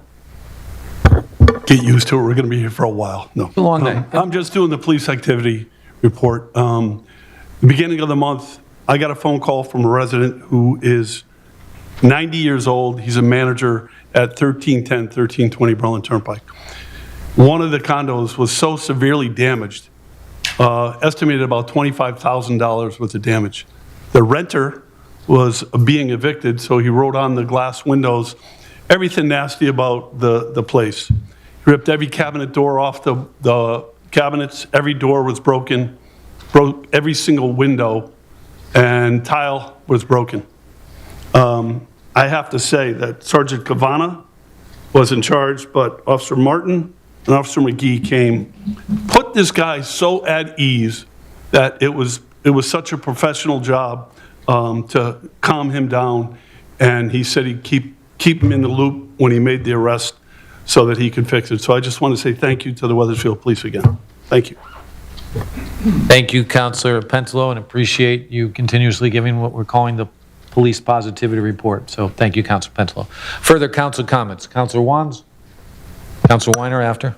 Yep, Thank you, Councilor Mayor. Wands. I'll just be brief, but I wanted to say, we started off July 4th actually with Deputy Mayor Rhodes and I with Bob Kelleher and did a tour of the radio shelter tours. So we went to both Callahan's site and the police department site, and wanted to just thank Bob for taking the time to showing us the facilities, the improvements that we've already approved previously here as a council, and how those will be taken into consideration for the work that's going to be happening there, the needs that they have still. It was very helpful to see in real time, not just what's needed and what's happening on paper and in this forum, but out in the town and the equipment and the people that do all this work. So I wanted to just thank him for that tour. Thank you. Thank you, Councilor Wands. Councilor Weiner. Yeah, thank you, Mayor. Just a couple of things, a couple of events that I was able to attend I just wanted to talk through. First, Deputy Mayor Rhodes and Councilor Forrest, as well as Councilor Durick, put on a great event at the Keeney Center for the USA versus Bosnia match, which I think was a record 48 hours to get that together, which is pretty darn amazing for a town government event to be put on in 48 hours. So that was really fun, and congratulations on that event. And then the second thing I was able to attend was this past Friday. It was 90s on Main.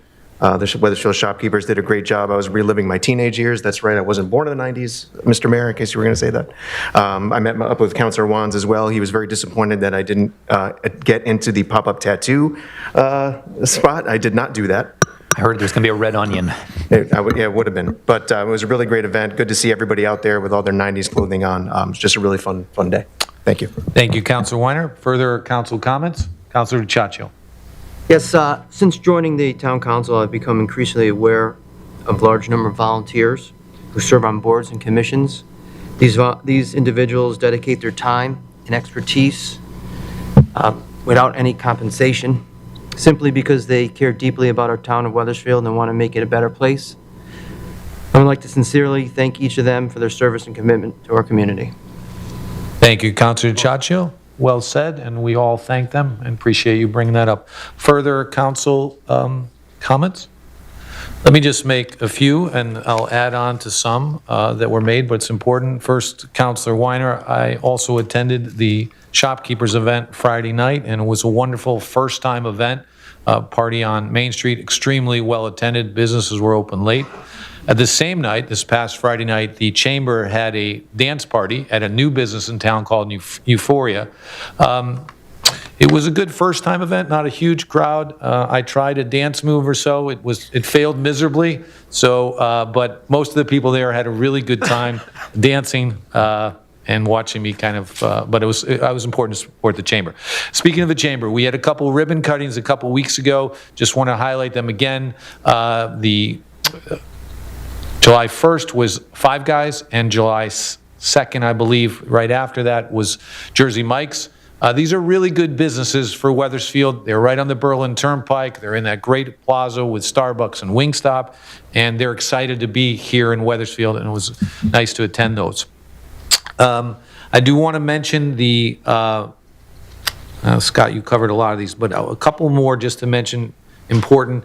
The book walk. So the book walk is this Saturday. It's the second annual book walk. We'll have the first time Wethersfield Poet Laureate read a poem, but also happening during that time is the Wethersfield Freedom Tribute, which is going on for 4 days. I want to thank Councilor Pentelow, who's a part sponsor of this, and I want to thank Doreen Federici, who is bringing, if you remember, we had the wall here in September, the Vietnam Memorial Wall. This is a smaller, but not less significant tribute that will be outside the Keeney for 4 days, July 23rd to 26th, with multiple ceremonies. Well, I'm sure we can get this out to the public if it's not on our website already.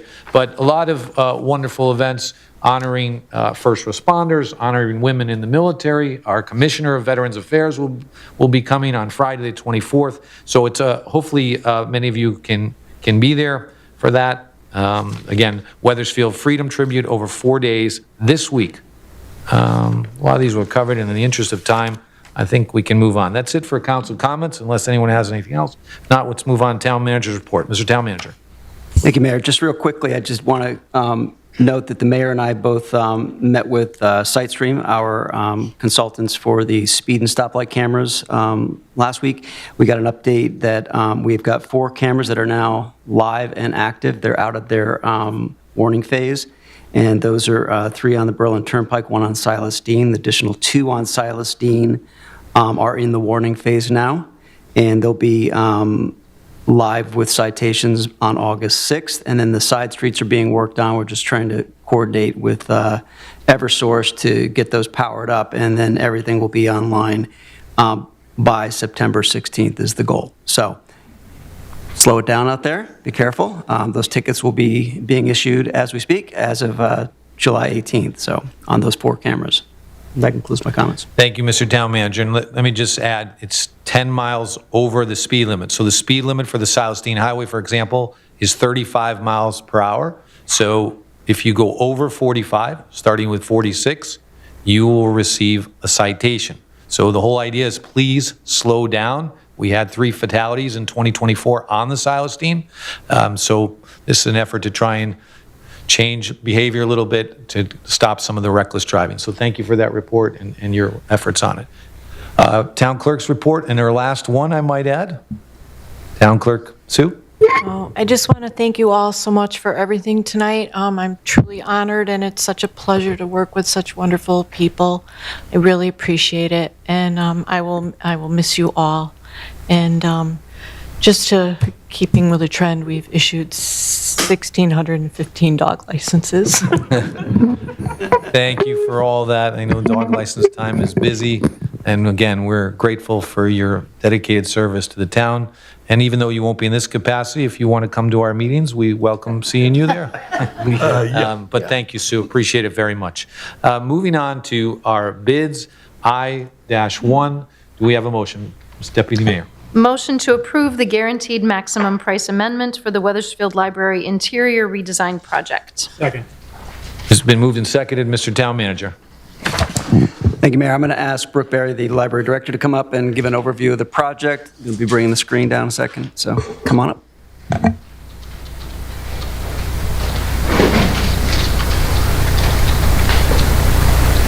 Thank you, Brooke. And again, appreciate everyone's patience. We have a little longer meeting tonight. A lot of important items. Welcome, Director. Thank you.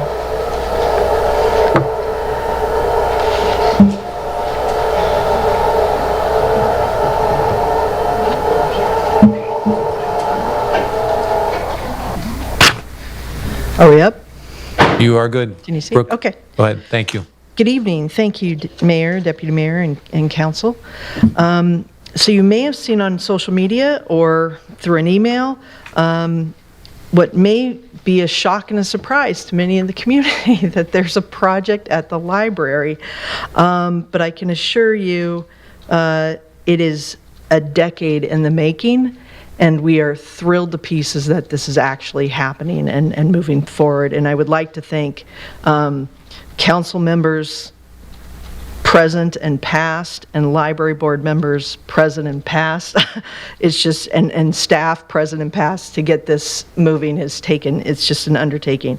The initial impetus for this project was to expand the teen area, which is in the front of the library, and according to fire marshals or I don't know, codes and whatnot, you're only supposed to have 19 people in that front room of the library.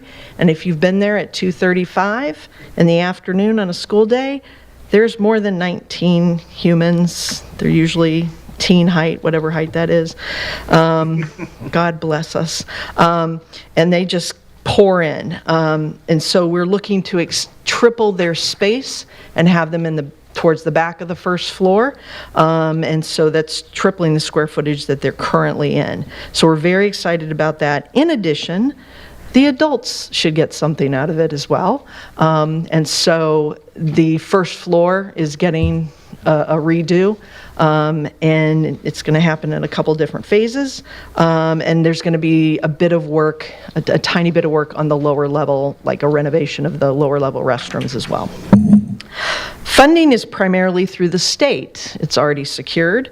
We've received $1.7 million from, I'm going to look at Vlada, Urban Act, and the department running that at the state is DECD, and so we've gotten the money for the state, and I'd like to thank all of our current state legislators for that, for helping to secure that money.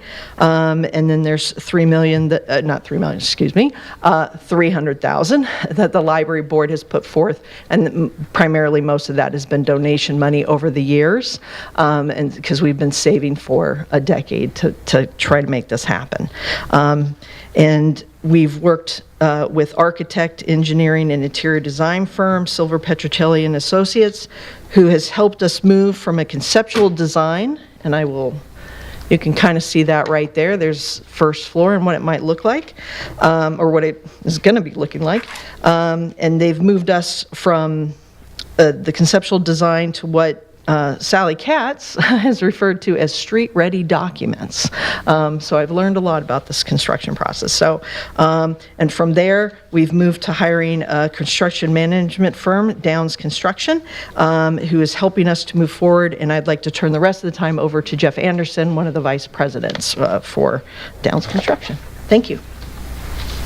Thank you, Brook. Again, Jeff Anderson with Downs Construction Company, in this case acting as the construction manager for the library project.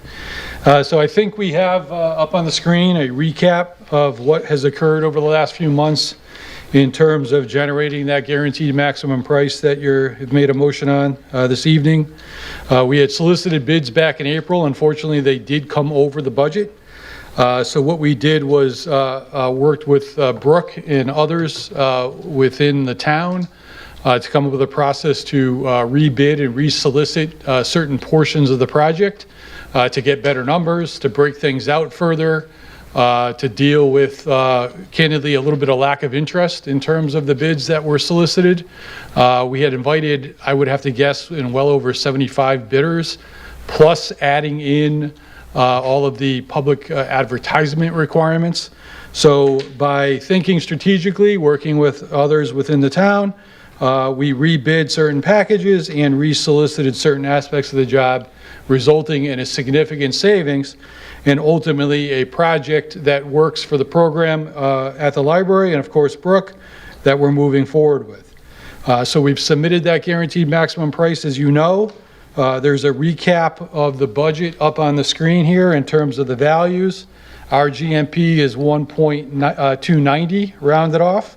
Then we have the balance of the soft costs, which those of you who were here last year, I went through that in detail on the difference between hard costs and soft costs. Architects, insurance, printing, FF&E, move management costs, and an owner's contingency.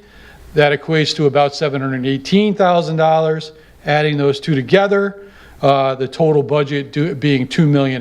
And as Brook indicated earlier, the majority of that is DECD money from the state of Connecticut, the balance coming from the library board. Then on the bottom half of this, we've got just a quick look-ahead schedule. We had presented a similar scenario to the library board back on June 23rd, of course, which they approved. That's why we're here this evening with the presumption of your approval tonight. Tomorrow, literally tomorrow morning, we would be releasing all of the contractors associated with our guaranteed maximum price and being able to implement the construction process. Relocations and construction commencement would actually occur right at the beginning of August. The phase 1 complete would be early December, and phase 2 would be late March of 27. And that's it. Thank you, Jeff. Brooke, thank you. I'm going to open it up for councilors' questions or comments. Councilor Forrest. Thanks. Any renderings? Not Not yet? We do have renderings. Oh. I have one for the lower level in the program room. That's actually on the floor. And I'm going to be printing stuff for like a display table up front, a few of them, yes. Maybe a little presumptuous, but if the vote passes, it might. Maybe also share those with Fred, maybe we can get them on the website, let everyone else know too. Okay. Second question, I did remember that we had a door issue, a front door issue in our budget. Does this include that? No, it does not. Still have the front door Yeah, discussion. it was kind of out. Brooke, can you go into the, we can hear you well, but just for the folks at home, thank you. Yeah, it's out of scope, unfortunately, and so because of the budget being, and we're trying to bring it down, it All right. it got removed out. So let's keep The talking about the mezzanine- door, I guess. Yeah, the mezzanine level came out as well, so. Thanks so much, Brooke. Let's keep making Wethersfield great. It's great. Thank you, Counselor Forrest, good questions. Counselor Wands? Counselor Wands. Thank you, Mr. Mayor. I just wanted to thank Brook, Jeff, Vlada, all the folks that looked at the bid package that came in high, reworked it to try to bring the cost down to get to the scope here. I know that some FFE had to be removed from the plan that we have right now. I'm hopeful that we can get in under the contingency that you've baked into this project to be able to put those FFEs back in, because I know you worked hard on trying to figure out the right fixtures, floorings, everything that's going to make the library a wonderful, even more wonderful place tomorrow. So again, thank you for the cost savings here, and hopefully we can get some of those items back in that you had to remove at this time. Thank you, Counselor Wands. Further council comments? Counselor DiCiaccio. Yep, with the value engineering and going out for rebid, hearing that the main entrance and some things have been cut from it, do you feel that the project has been sacrificed to a point where you're not happy with it, but are you happy with the product that's here in front of us now? I am happy with the project. We always want to do the next floor up, the mezzanine level, so, but, it's just, these things take time. There's so many pressing priorities in Wethersfield, and then the cost, I think, of construction and FF&E in the current world climate is just killing us, to a certain extent, and so, we'll get there, Well, great job raising that money. Thank you. I would just add that there is contingencies built into our GMP, and of course, the soft costs, as Councilor wanted to indicate, that if those monies are not spent, I think the idea would be is that they'd be put back into certain scope that was reduced potentially to get to where we are today. Thank you, Counselor DiCiaccio. Counselor Wands? I just wanted to respond to the door comment. We did not cut the library doors because of the library doors. We cut them because we wanted to look at the three doors that are here at the town hall, the one on the side, the one on the front, and then the library's doors comprehensively, come up with a plan to replace all three rather than doing one out of phase from the other three. So the hope is that the town will come back with a full plan, comprehensive plan for not only the library's door this year, but the other two doors as well. I don't know if you want to say anything else, Fred, or if that was sufficient. Yeah, one of the issues, we had a pricing for replacing in kind the library doors, but it was Sally Katz and others were basically stating we don't want those automatic doors as they currently exist. They're not. They're constantly coming off the tracks. They've always been an issue since we've had them. So the idea is to replace them with more standard swing doors with the handicap access buttons on the outside. So in order to do that, we would need pricing, and we, like Councilor Wan stated, we'd like to look at all three doors because it's a big project, but we want to be consistent throughout the building.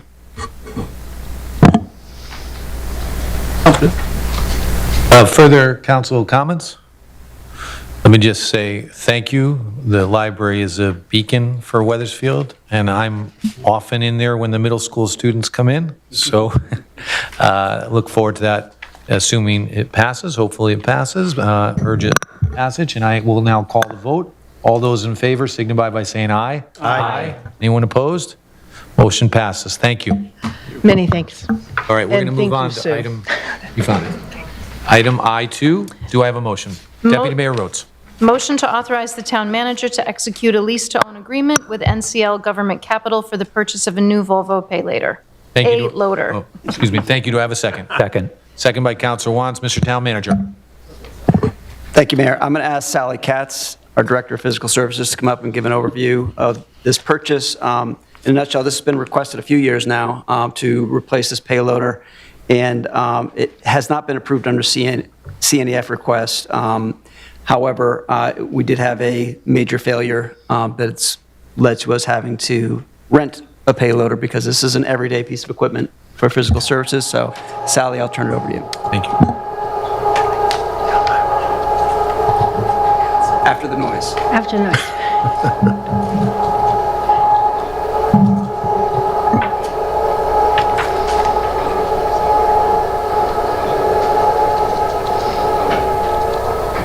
Okay, thank you. Sally Katz, Director of Physical Services. As the town manager noted, we have requested for the past few years to start replacing our heavy construction equipment. This payloader is something which actually is used throughout the year. It is a workhorse piece of equipment. We also, one of the things that I have requested is that we go back to a lease-to-own type of program as a way to start getting back into replacing the fleet. It is a program that we used to do, and then we stopped doing it.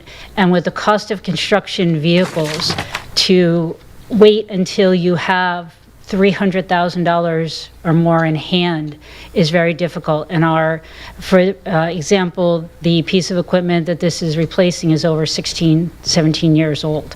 And it is a piece of equipment that is used every day. We realized that we really did need to go out to seek a new piece of equipment. We looked on the state contract. We looked at a number of different suppliers of this type of equipment. We currently have an also aging Volvo payloader, which is a very good workhorse. We've had a very good history with it. We can get parts for it on the Berlin Turnpike, and it is something that by going out, this piece of equipment is of the same brand. We feel that by being on similar platforms, that it also helps our mechanics because the training continues to be the same on this piece of equipment. Again, as the mayor suggested or stated, the previous payloader is out of commission because of a safety issue with the apparatus where the person sits. And we have also have experienced significant repairs to that machine over the past few years. And unfortunately, it has really come time to take the time to enter into a lease agreement and move this forward. Thank you, Sally. Questions or comments from councilors? Councilor DiCiaccio. Just quickly with the lease agreement, what's the buyout? The buyout is five years, I think it is. But at the end of the 5 years, there's usually a dollar buyout or Yes. something? Yeah. Yeah, it's roughly $55,000 per year for 5 years, and then, yeah. Dollar? I just didn't see it, so, Yeah. thank you. Thank you, Councilor DiCiaccio. Further, Councilor Penelo. I know, speaking with Fred, we're renting one now, right? Or leasing one? We've been intermittently renting it because of the exorbitant price to rent it. And So what does it cost to rent it, that's all? It's anywhere between $2,500 and $5,000 per week. Per week. Payloaders are expensive. Thank you. Thank you, Councilor Penelo. Further council comments? It's also the Questions? height of construction season. Payloader season. Councilor Wands? Thank you, Mr. Mayor. I appreciate the fact that we'll get some discount for the rental fees you've already had off the purchase price and also the equipment they'll be buying back, so we'll get a little bit of additional discount there, so I appreciate working out that. My question is, if we approve this tonight, the future lease costs, do those go into the CNEF budget as like hearing costs that we have to have there, or where do those payments for future end up in the budget? Yes, they do end up under CNEF as lease payments that comes off the top of the CNEF. Right now, we're going to use capital reserve funds, it's capital and CNEF reserves. And just for the public, so each time the council approves a project, it's based upon either a quote or an estimate for that project or that purchase. And when there's money left over, it just goes into the capital reserve account. And then it's for times like these when we have these unexpected expenses where it's not funded directly in the budget that we can do it. So we have the money to cover the lease payment for this year, and then it would be rolled into the budget for next year under CNEF. Thank you, Mr. Town Manager. Thank you, Councilor Wands. Further council questions or comments? If not, I will call the question. All those in favor signify by saying aye. Aye. Anyone opposed? Passes. Thank you, Sally. Thank you. Let's move on. Item I3, Deputy Mayor Rhodes. Motion to approve Innovative Engineering Services as commissioning agent for the Highcrest Elementary School construction project. Second. It's been moved and seconded. Mr. Town Manager. For this item, Mayor, I'm going to ask Emily Zambrello to come up and give an overview. I know that the building committee met right before this meeting, and you were presented with information for their selection for this, but I'm going to have Emily give you some background here. Yes, thank you. Good to see all of you up there, especially our former building committee member, Councilor DiCiaccio. So, as the town manager said, we just met before this meeting, so you didn't have the full information for this recommendation, but we are recommending this firm to be our commissioning agent, and just so you have an understanding of what that means, this is essentially a third-party reviewer for all of our construction documents, all of our systems as they're installed, so we make sure everything is working as intended. This is required by the state as part of achieving high performance building standards. So we received 5 responses to our RFQ. We narrowed it to 4 based on 4 of them being very distinctly qualified, and requested fee proposals from those 4. Innovative Engineering Services is the low bid. Their fee is $68,550. There are 2 tentative fees that may or may not be used on top of that. So there's one for $3,200 and one for $1,500. That's a total of $73,250. Even with those included, they are still the low bid.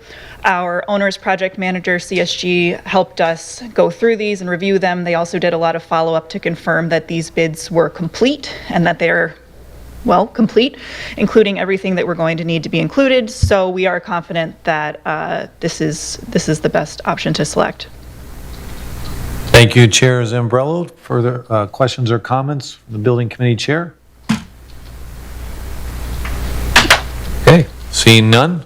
All in favor signify by saying aye. Aye. Anyone opposed? Passes. Thank you, Emily. Appreciate it. Moving right along. Deputy Mayor Rhodes. Motion to approve the consent agenda. Second. Been moved in second. Any comments or questions? All in favor signify by saying aye. Aye. Any opposed? Passes. Moving along, we are now on K1. Do I have a motion? Deputy Mayor Rhodes. Motion to approve R26003, resolution to accept Deep Climate Resilience Fund grant award for Goff Brook's Silas Deane Highway Culvert project. Do I have a second? Second. I just point out this is the first of the 4 public hearing items that we had. There will be 3 more after this, but this is where we are in the agenda. Is there any questions or comments on this item? Seeing none, all those in favor, signify by saying aye. Hold on. Councilor DiCiaccio. Councilor DiCiaccio, apologize, I didn't see your hand. No problem. No problem. My question is, how does this impact downstream? Because they will do all the work under Gulf Brook, and they relieve the flooding under Gulf Brook. It's going to back up downstream if you don't take care of it. Yeah, I'm not going to pretend to have the detailed answer. I will tell you that DEEP does require a full hydrologic study for any of these projects, and that has been completed for this, and that we will, DEEP is looking at all of that as part of the approval process for this. So it's been addressed as part of the design, but I can't give you specifics on it, but we can provide you with the specifics if you like. Thank you. Yeah. Thank you, Councilor DiCiaccio. Any further questions or comments? Okay. All in favor, signify by saying aye. Aye. Anyone opposed? Passes. Thank you. Item K2. Do I have a motion? Deputy Mayor Rhodes, who's working very hard with these motions tonight.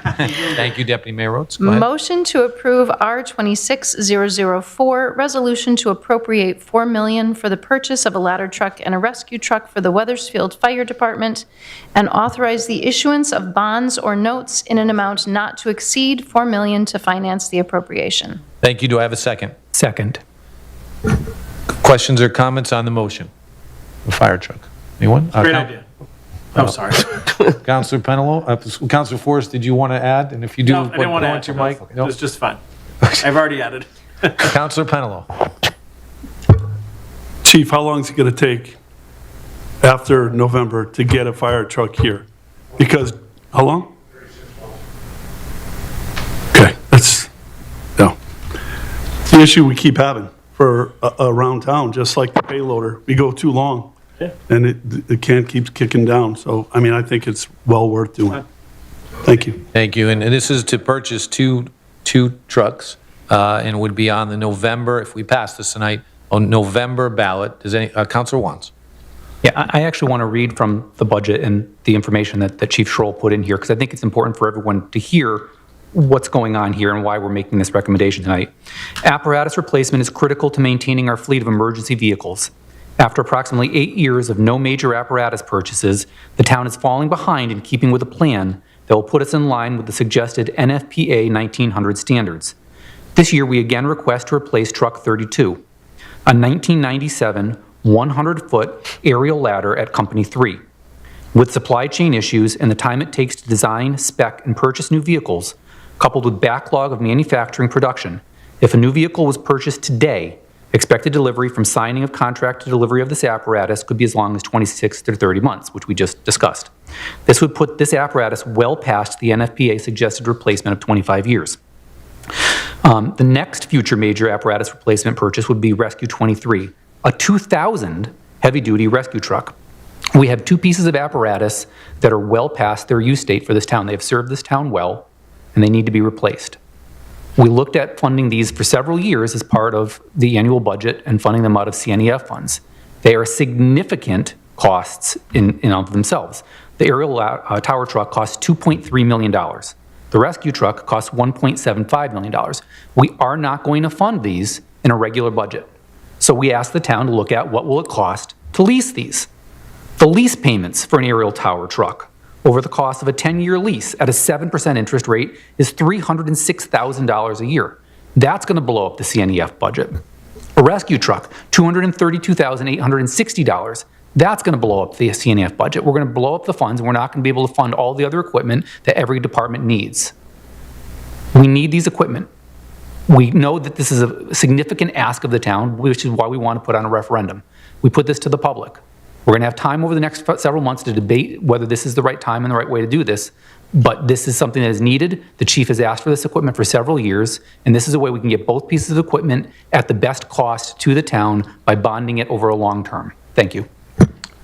Thank you, Councilor Wands. Appreciate that description. Thank you. Further council questions or comments? I'll just add a thank you to Chief Schroll, who I've met with several times on this, sent me a lot of articles, including the importance of morale in the department. I read that one, I appreciate it, and all the other information you sent, and appreciate the council looking at this as a possible referendum in November. If there are aren't any further questions or comments, we'll vote on that. All in favor, signify by saying aye. Aye. Aye. Anyone opposed? Thank you. Town manager will move it with the town attorney to get it ready for the November ballot. Appreciate that. Again, thank you, Chief. Moving on to item K3, Deputy Mayor Rhodes. Motion to approve R26005, resolution authorizing the use of a project labor agreement for the construction of the new Highcrest School pursuant to C.G.S. Section 31-56B. Second. Been moved in second. Discussion on the motion. Councilor Penelo. I was fortunate enough to meet with the union representatives because I wasn't in favor of this at all. I feel like what was said, that it should be an open bid, open contract, and when you start looking at the labor agreements, I worked at Hartford schools and did a lot of these projects with Hartford schools over a 10-year period. I understand that people want no union, people want union. What I was promised is that we will get about 10 high school kids that'll be working, educated, go through. I like the program because it said you have to go through every single stage of it. Even if the kid says, I want to be an electrician, they go through every phase of the union to see what they like. At the end of it, they become an apprentice. That time is used to become, a master electrician or whatever. I was also promised 25% of the workforce will be from Wethersfield. To me, that says that they're buying into the project. They live here, they work here. I'm still not 100% sure that this is the right way to go, but the things that made me feel real good about it was that we have people that live in town that will work on this project, and we're educating. We need more people in labor all this, that went away. We're losing it big time. And if you have kids, make sure they're becoming an electrician, a carpenter, a plumber. Those are going to be the rich people that the doctors were back in the day. A couple things that I read here with this agreement that I wasn't really in favor of. It says, be it further resolved, the town manager and advisory school board committee are authorized and directed to take all necessary administrative actions to integrate, execute, implement said project labor agreement within the project's bid specifications, procurement contracts. So that tells you, working with architects where they bid out, I'll say door locks from Sargent Hardware. They can't now come in and say, well, we're going to downgrade it to a different lock. It has to stay within that agreed for the money. The one thing I just wrote a quick note for myself. I said, what I didn't like about that, it says, given all the power of negotiations to unelected committee without council oversight for the project of this magnitude seems crazy. Seeing as a committee itself seems to have limited experience with a big project like this. So what I wanted on this is that it would come back to us and not be within the power. I do trust the town manager. It's not what it is. I just feel like sometimes we give the power and then we're not agree upon it. So that's where I sit. I'm still, I still have uneasy feeling about it, but the promises that came through, and I even asked the mayor tonight, I said, well, I want to see those promises come to fruition. So that's where I sit. Thank you, Councilor Penelo. And Town Manager, if you want to address the administrative and that the council still has oversight. Yeah, I mean, again, it specifically states in the section that you read, Councilor Pentelow, that it's administrative actions and is to integrate and execute the project labor agreement. The project itself doesn't change. I mean, the building committee has always been the lead on this, and that's per state law in terms of how the project moves forward. And quite frankly, it's our construction manager that's going to be the ones that are holding the feet to the fire for all the contractors working on this project. All we're doing is just reviewing and implementing what we need to from that perspective. So I don't see this as taking away any power from the council, but you know, I take direction from the council however you want to move forward with it. Thank you, Town Manager. Thank you, Councilor Penelo, for those comments. Insightful. Appreciate it. Further council comments or questions? Councilor Nachatio. Thank you. My thoughts are we should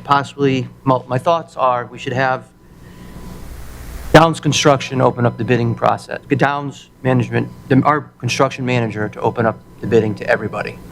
I don't think we should shrink the pool of bidders. I think with that being said, we're going to drive up cost. And how would that affect disadvantaged businesses and small businesses? They may not be interested in bidding work to the unions. And I think it's in our best interest to avoid unnecessary costs to the taxpayers with an already expensive project by shrinking this bidding pool and having a select few be allowed to bid it. Thank you. Thank you, Councilor Nachatio. Further council questions or comments? I'll just add quickly before we take a vote. These labor agreements have been used across the state in many, many towns, large and small, run by Democrats, some run by Republicans. And for me, some of the guarantees for Wethersfield, you know, the bottom line of any decision we make, I make, how I think, is it good for Wethersfield? And Councilor Penelo mentioned these. I'll just repeat a couple that really stand out for me. The 25% of the workers coming from Wethersfield, that it's truly powerful to support our own people and our own workforce. The apprenticeship guarantees where we, our high school students get these benefits. These are going to be a lot of the careers of the future. I think you said doctors and lawyers are changing to electricians and carpenters. You know, college is so expensive these days, and the opportunities that are afforded to practice the trades and that are supported by these labor agreements, they're important. And then it's the quality of work. There's you know, we all want to see these beautiful schools built in Wethersfield, and these labor agreements have assured and delivered high-quality work in terms of on budget, on time, and something we all can be proud of. And I'll add, this is for one school. This is for Highcrest. This is, if you will, I'm going to use the term, a pilot. We are going to, we're going to watch this, make sure it's done well, on time, on budget, and I feel like it is going to be. The track record is there. But if we feel as a town, and the council will be involved in making that decision, as we move on to future schools, if we feel we did not get what we expected from the project labor agreement, we do not have to make that choice in the future. I want to be clear, this is for Highcrest School. I support this, and if there's no further comments or questions, Councilor Penello. I just got to come back. I just want to make sure, if we vote for this, and like you just said, it is only Highcrest School, because I know it came to us that it was going to be all the schools originally. I mean, that's the way it came. I understand that. If it comes in as one school, at the end of the day, we're all sitting, well, I won't be here, but at the end of the day, are we talking, are we going to hold their feet to the fire with the 25%, with the 10, with the 10 high school kids, and if they're coming in at budget, under budget, or if it's not what we want, are we going to be able to have some power to say, no, we're not doing this labor agreement, the PLA? Well, yeah. I just think it's really important that we say, and remember, prevailing wages, I want people to know, prevailing wages, if it's $100 an hour, whether we pay a non-union guy or a union guy, we're paying them. So the only thing is with the training with the union guys, again, like I said, I have different feelings, and Brian and I have talked a lot. I want best for our town. I want Team Wethersfield. I want things to work for our town the best we can. I'd be opposed to it if we said we're going to go all schools right now. 100%, I say no way. Because I'd like to see everybody get a shot to make our town the better town. So I just want to make sure, as council, our future council, we're going to hold the feet to the fire with this. Councilor Pentler, absolutely. Us, the building committee, the Board of Education, and again, and I said it and you said it, this is for one school, and if it passes tonight, it will be for Highcrest School. There will be future votes, and I will think they will depend on what the performance is, and hopefully it's a good one, because we all want to see the schools built, what the performance is on Highcrest School as to whether we do project labor agreements for the upcoming schools. So thank you, Councilor Penello. Any other questions or comments on this item? Seeing none, I will call the vote. All those in favor signify by saying aye. Aye. Aye. Opposed? Aye. Aye. Do you have the votes, or do you need a roll call? I'm just going to do a roll call. Councilor Minor? Aye. Councilor Watts? Aye. Mayor Lesser? Aye. Councilor Forrest? Yes. Councilor Bailey? Aye. Councilor Pentelow? Yes. Councilor DeChacho? Aye. And Deputy Mayor Rhodes? Aye. You have it, Sue? Thank you, councilors. We're going to move on to the next one. And Deputy Mayor Rhodes, hope you're still going strong here. Still going. This is item K4 for the public, and this is on the incentive program for Dutch Point Credit Union. Councilor Rhodes.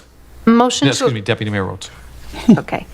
Motion to approve R26006 Tax Incentive Program application by Dutch Point Credit Union, and to authorize a 50% reduction in the local building permit fees for this project. Do I have a second? Thank you. Do I have a second? It's been seconded. Questions or comments on this item, the Dutch Point Credit Union? Councilor Penello. Fred, when you look at this, and some of the council comments that people came up were very accusatory of what this whole thing is. What are we losing?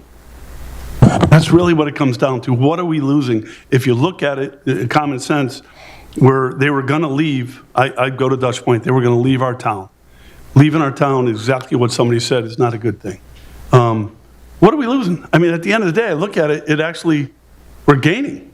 So I don't see the negative side of this. Yeah, there's absolutely no loss of tax revenue with this proposal. In fact, they get a decrease of 40% from the current taxes that they're paying. So they get a decrease in 40% on the additional value, and that's not the current tax. So they're always going to pay at least what they're paying now, plus the 60% of the value moving forward of the addition. So, and it's for 3 years, and then it goes full assessment after that. It's really a win-win for the community. Obviously, they've already invested heavily in this community, and it just shows their commitment, but they were seriously considering moving elsewhere, and we've had several meetings with them to convince them to stay. We think it's an important thing that they do stay.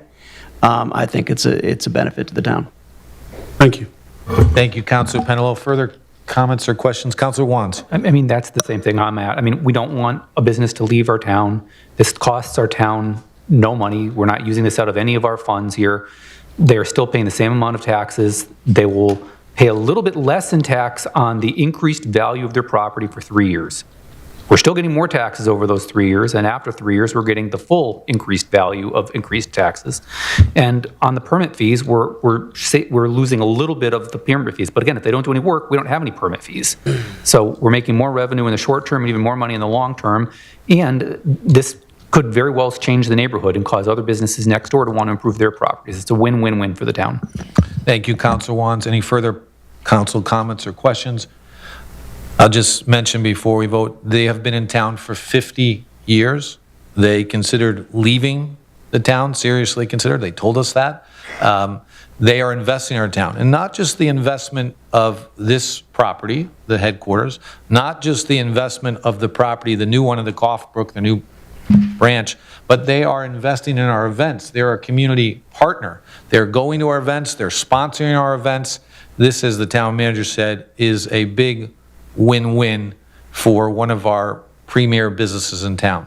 So I would urge passage, but we'll call the vote. All in favor signify by saying aye. Aye. Anyone opposed? Passes. Thank you, everybody. Deputy Mayor Rhodes, take a small break. Well, actually, you're up again for M1 because we added an agenda item. One so more you're motion. going to have to take tomorrow off. Maybe. Thank you, Chief. Deputy Mayor Rhodes. All right. Wait, where is it? It's your M1. Motion to approve the merger of the 3 separate lots, or that's I'm reading? That's the one. Okay.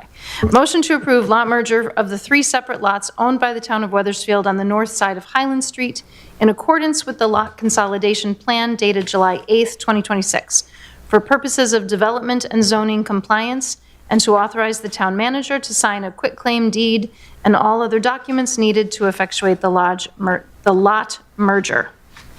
Thank you. Do I have a second? Second.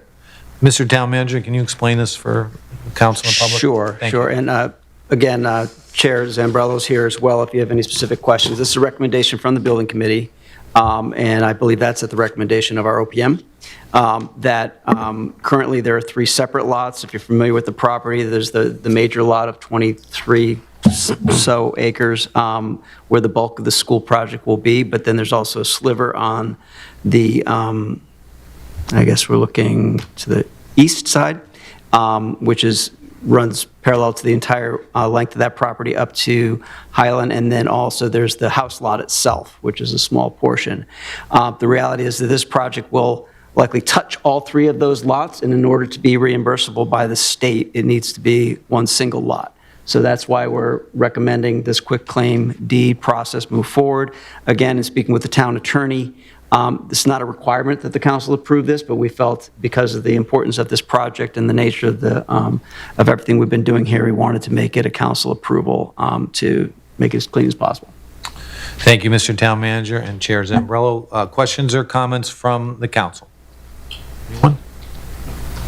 Seeing none, all in favor signify by saying aye. Aye. Aye. Anyone opposed? Passes. Thank you. We are now on N1. We have 2 ordinances for introduction, and then we'll have public comment, council comment, and executive. We have executive session tonight, folks. I know it's a long evening, but a lot of important topics. So N1, Mr. Town Manager.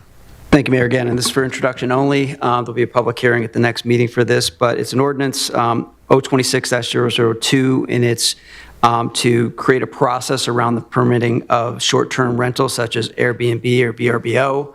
We do have several of these in town now. There is no current ordinance or regulation with these. And so this is looking at best practice, borrowing from some of the ordinances at other locations in the state, suggesting a process where they have to apply to the town, pay a fee. We do inspections to make sure that their properties are up to standards, that they have the necessary space to accommodate the short-term rentals, and that they meet all of our safety requirements. There's also a process where they have to reapply every 2 years, just to have those inspections done on a regular basis. Thank you, Mr. Town Manager. Questions or comments from the council? Councilor Forrest. Thanks. Mr. Town Manager, obviously there's other towns that have been, have made past similar ordinances. And what is the sort of concern that this ordinance is sort of addressing?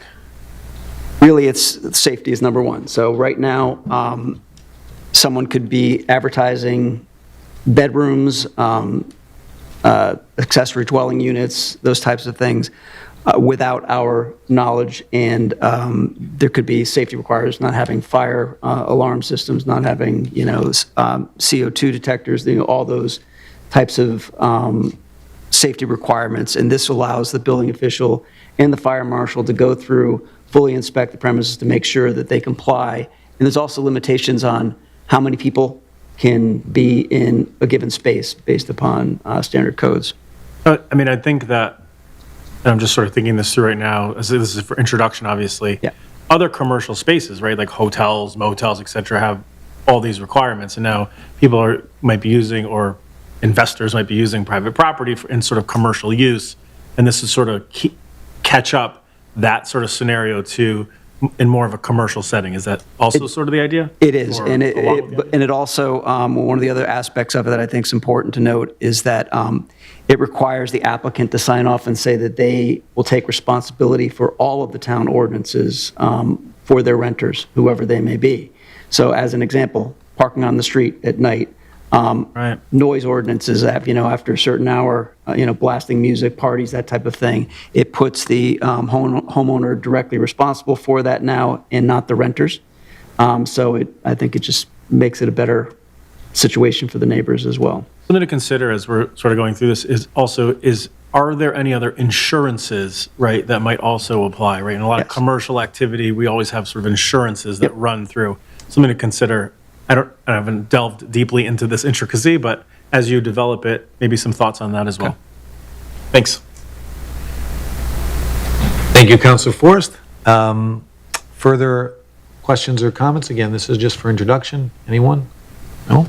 Okay, we will move on then to item K2 as an item for introduction. Mr. Town Manager. Thank you, Mayor. So this item really is about updating our code with respect primarily for blight, but it also touches a lot of our other code regulations with respect to wetlands, fire, health, historic, where we do not necessarily have the teeth to enforce, whereas there might be rules there.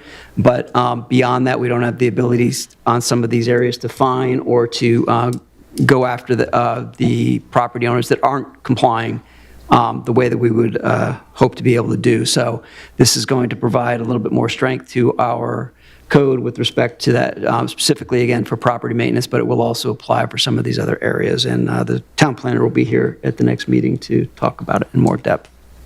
Thank you, Mr. Town Manager. Any questions or comments on this proposed that's only here for introduction? Not, we will move on to the next and final public comment. Now invite anyone from the public. You have 5 minutes and state your name and address even if you've spoken before. And Tom, I saw your hand first, so Tom.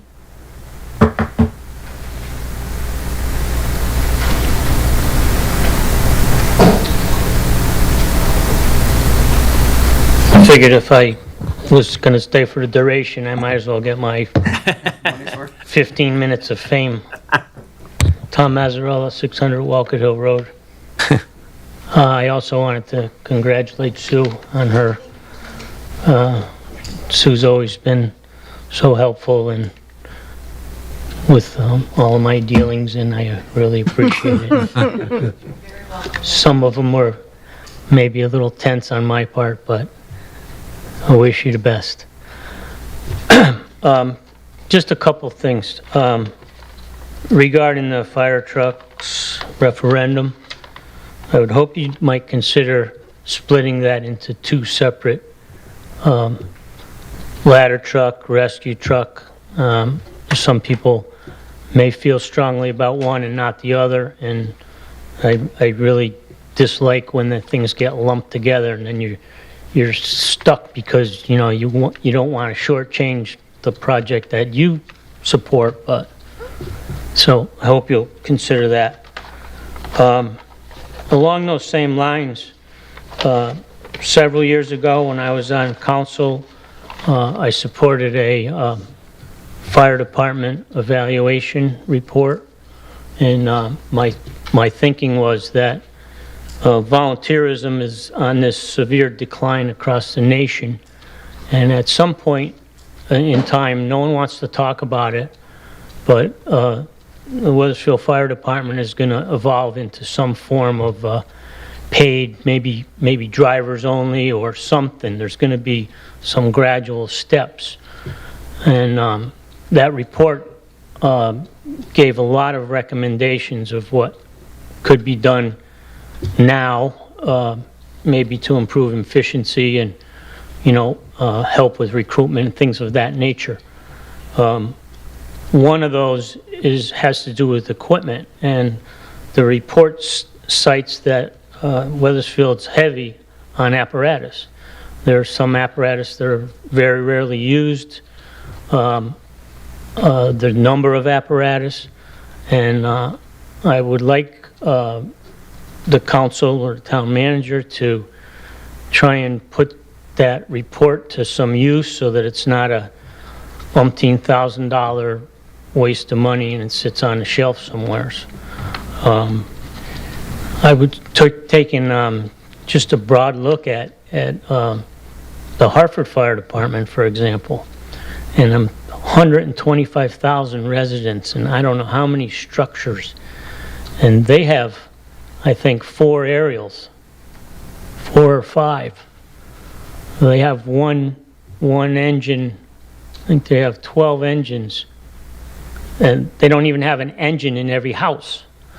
So I'm trying to figure out how that relates to Wethersfield, and if we eventually became a fully paid, fully staffed department, you know, we might possibly have one firehouse, one central firehouse, manned 24 hours a day with 3 shifts, and how that plays into our plans for replacing equipment. And along those same lines, we try to stay in line with, let me try to get it right, the National Fire,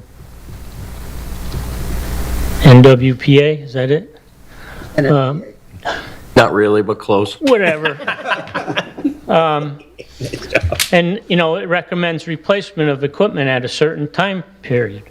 But it's a recommendation. It's not a regulation. It's not, the sky's going to fall if you have an old piece of apparatus. And, you know, some of these hardly used or seldom used apparatus could be refurbished for a heck of a lot less money than, you know, $3 million.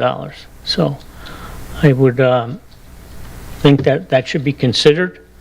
You know, that, I'm not going to say it right again, but they have a lot of suggestions. One of them is that all your firehouses always should be drive-through. So you always pull in the back of the firehouse and come out the front. Well, that means we need 3 new firehouses. So, you know, you're going to pick and choose which thing you want to adhere to. So thank you for your time. Thank you, Tom. Further public comments before we wrap? Mr. Young.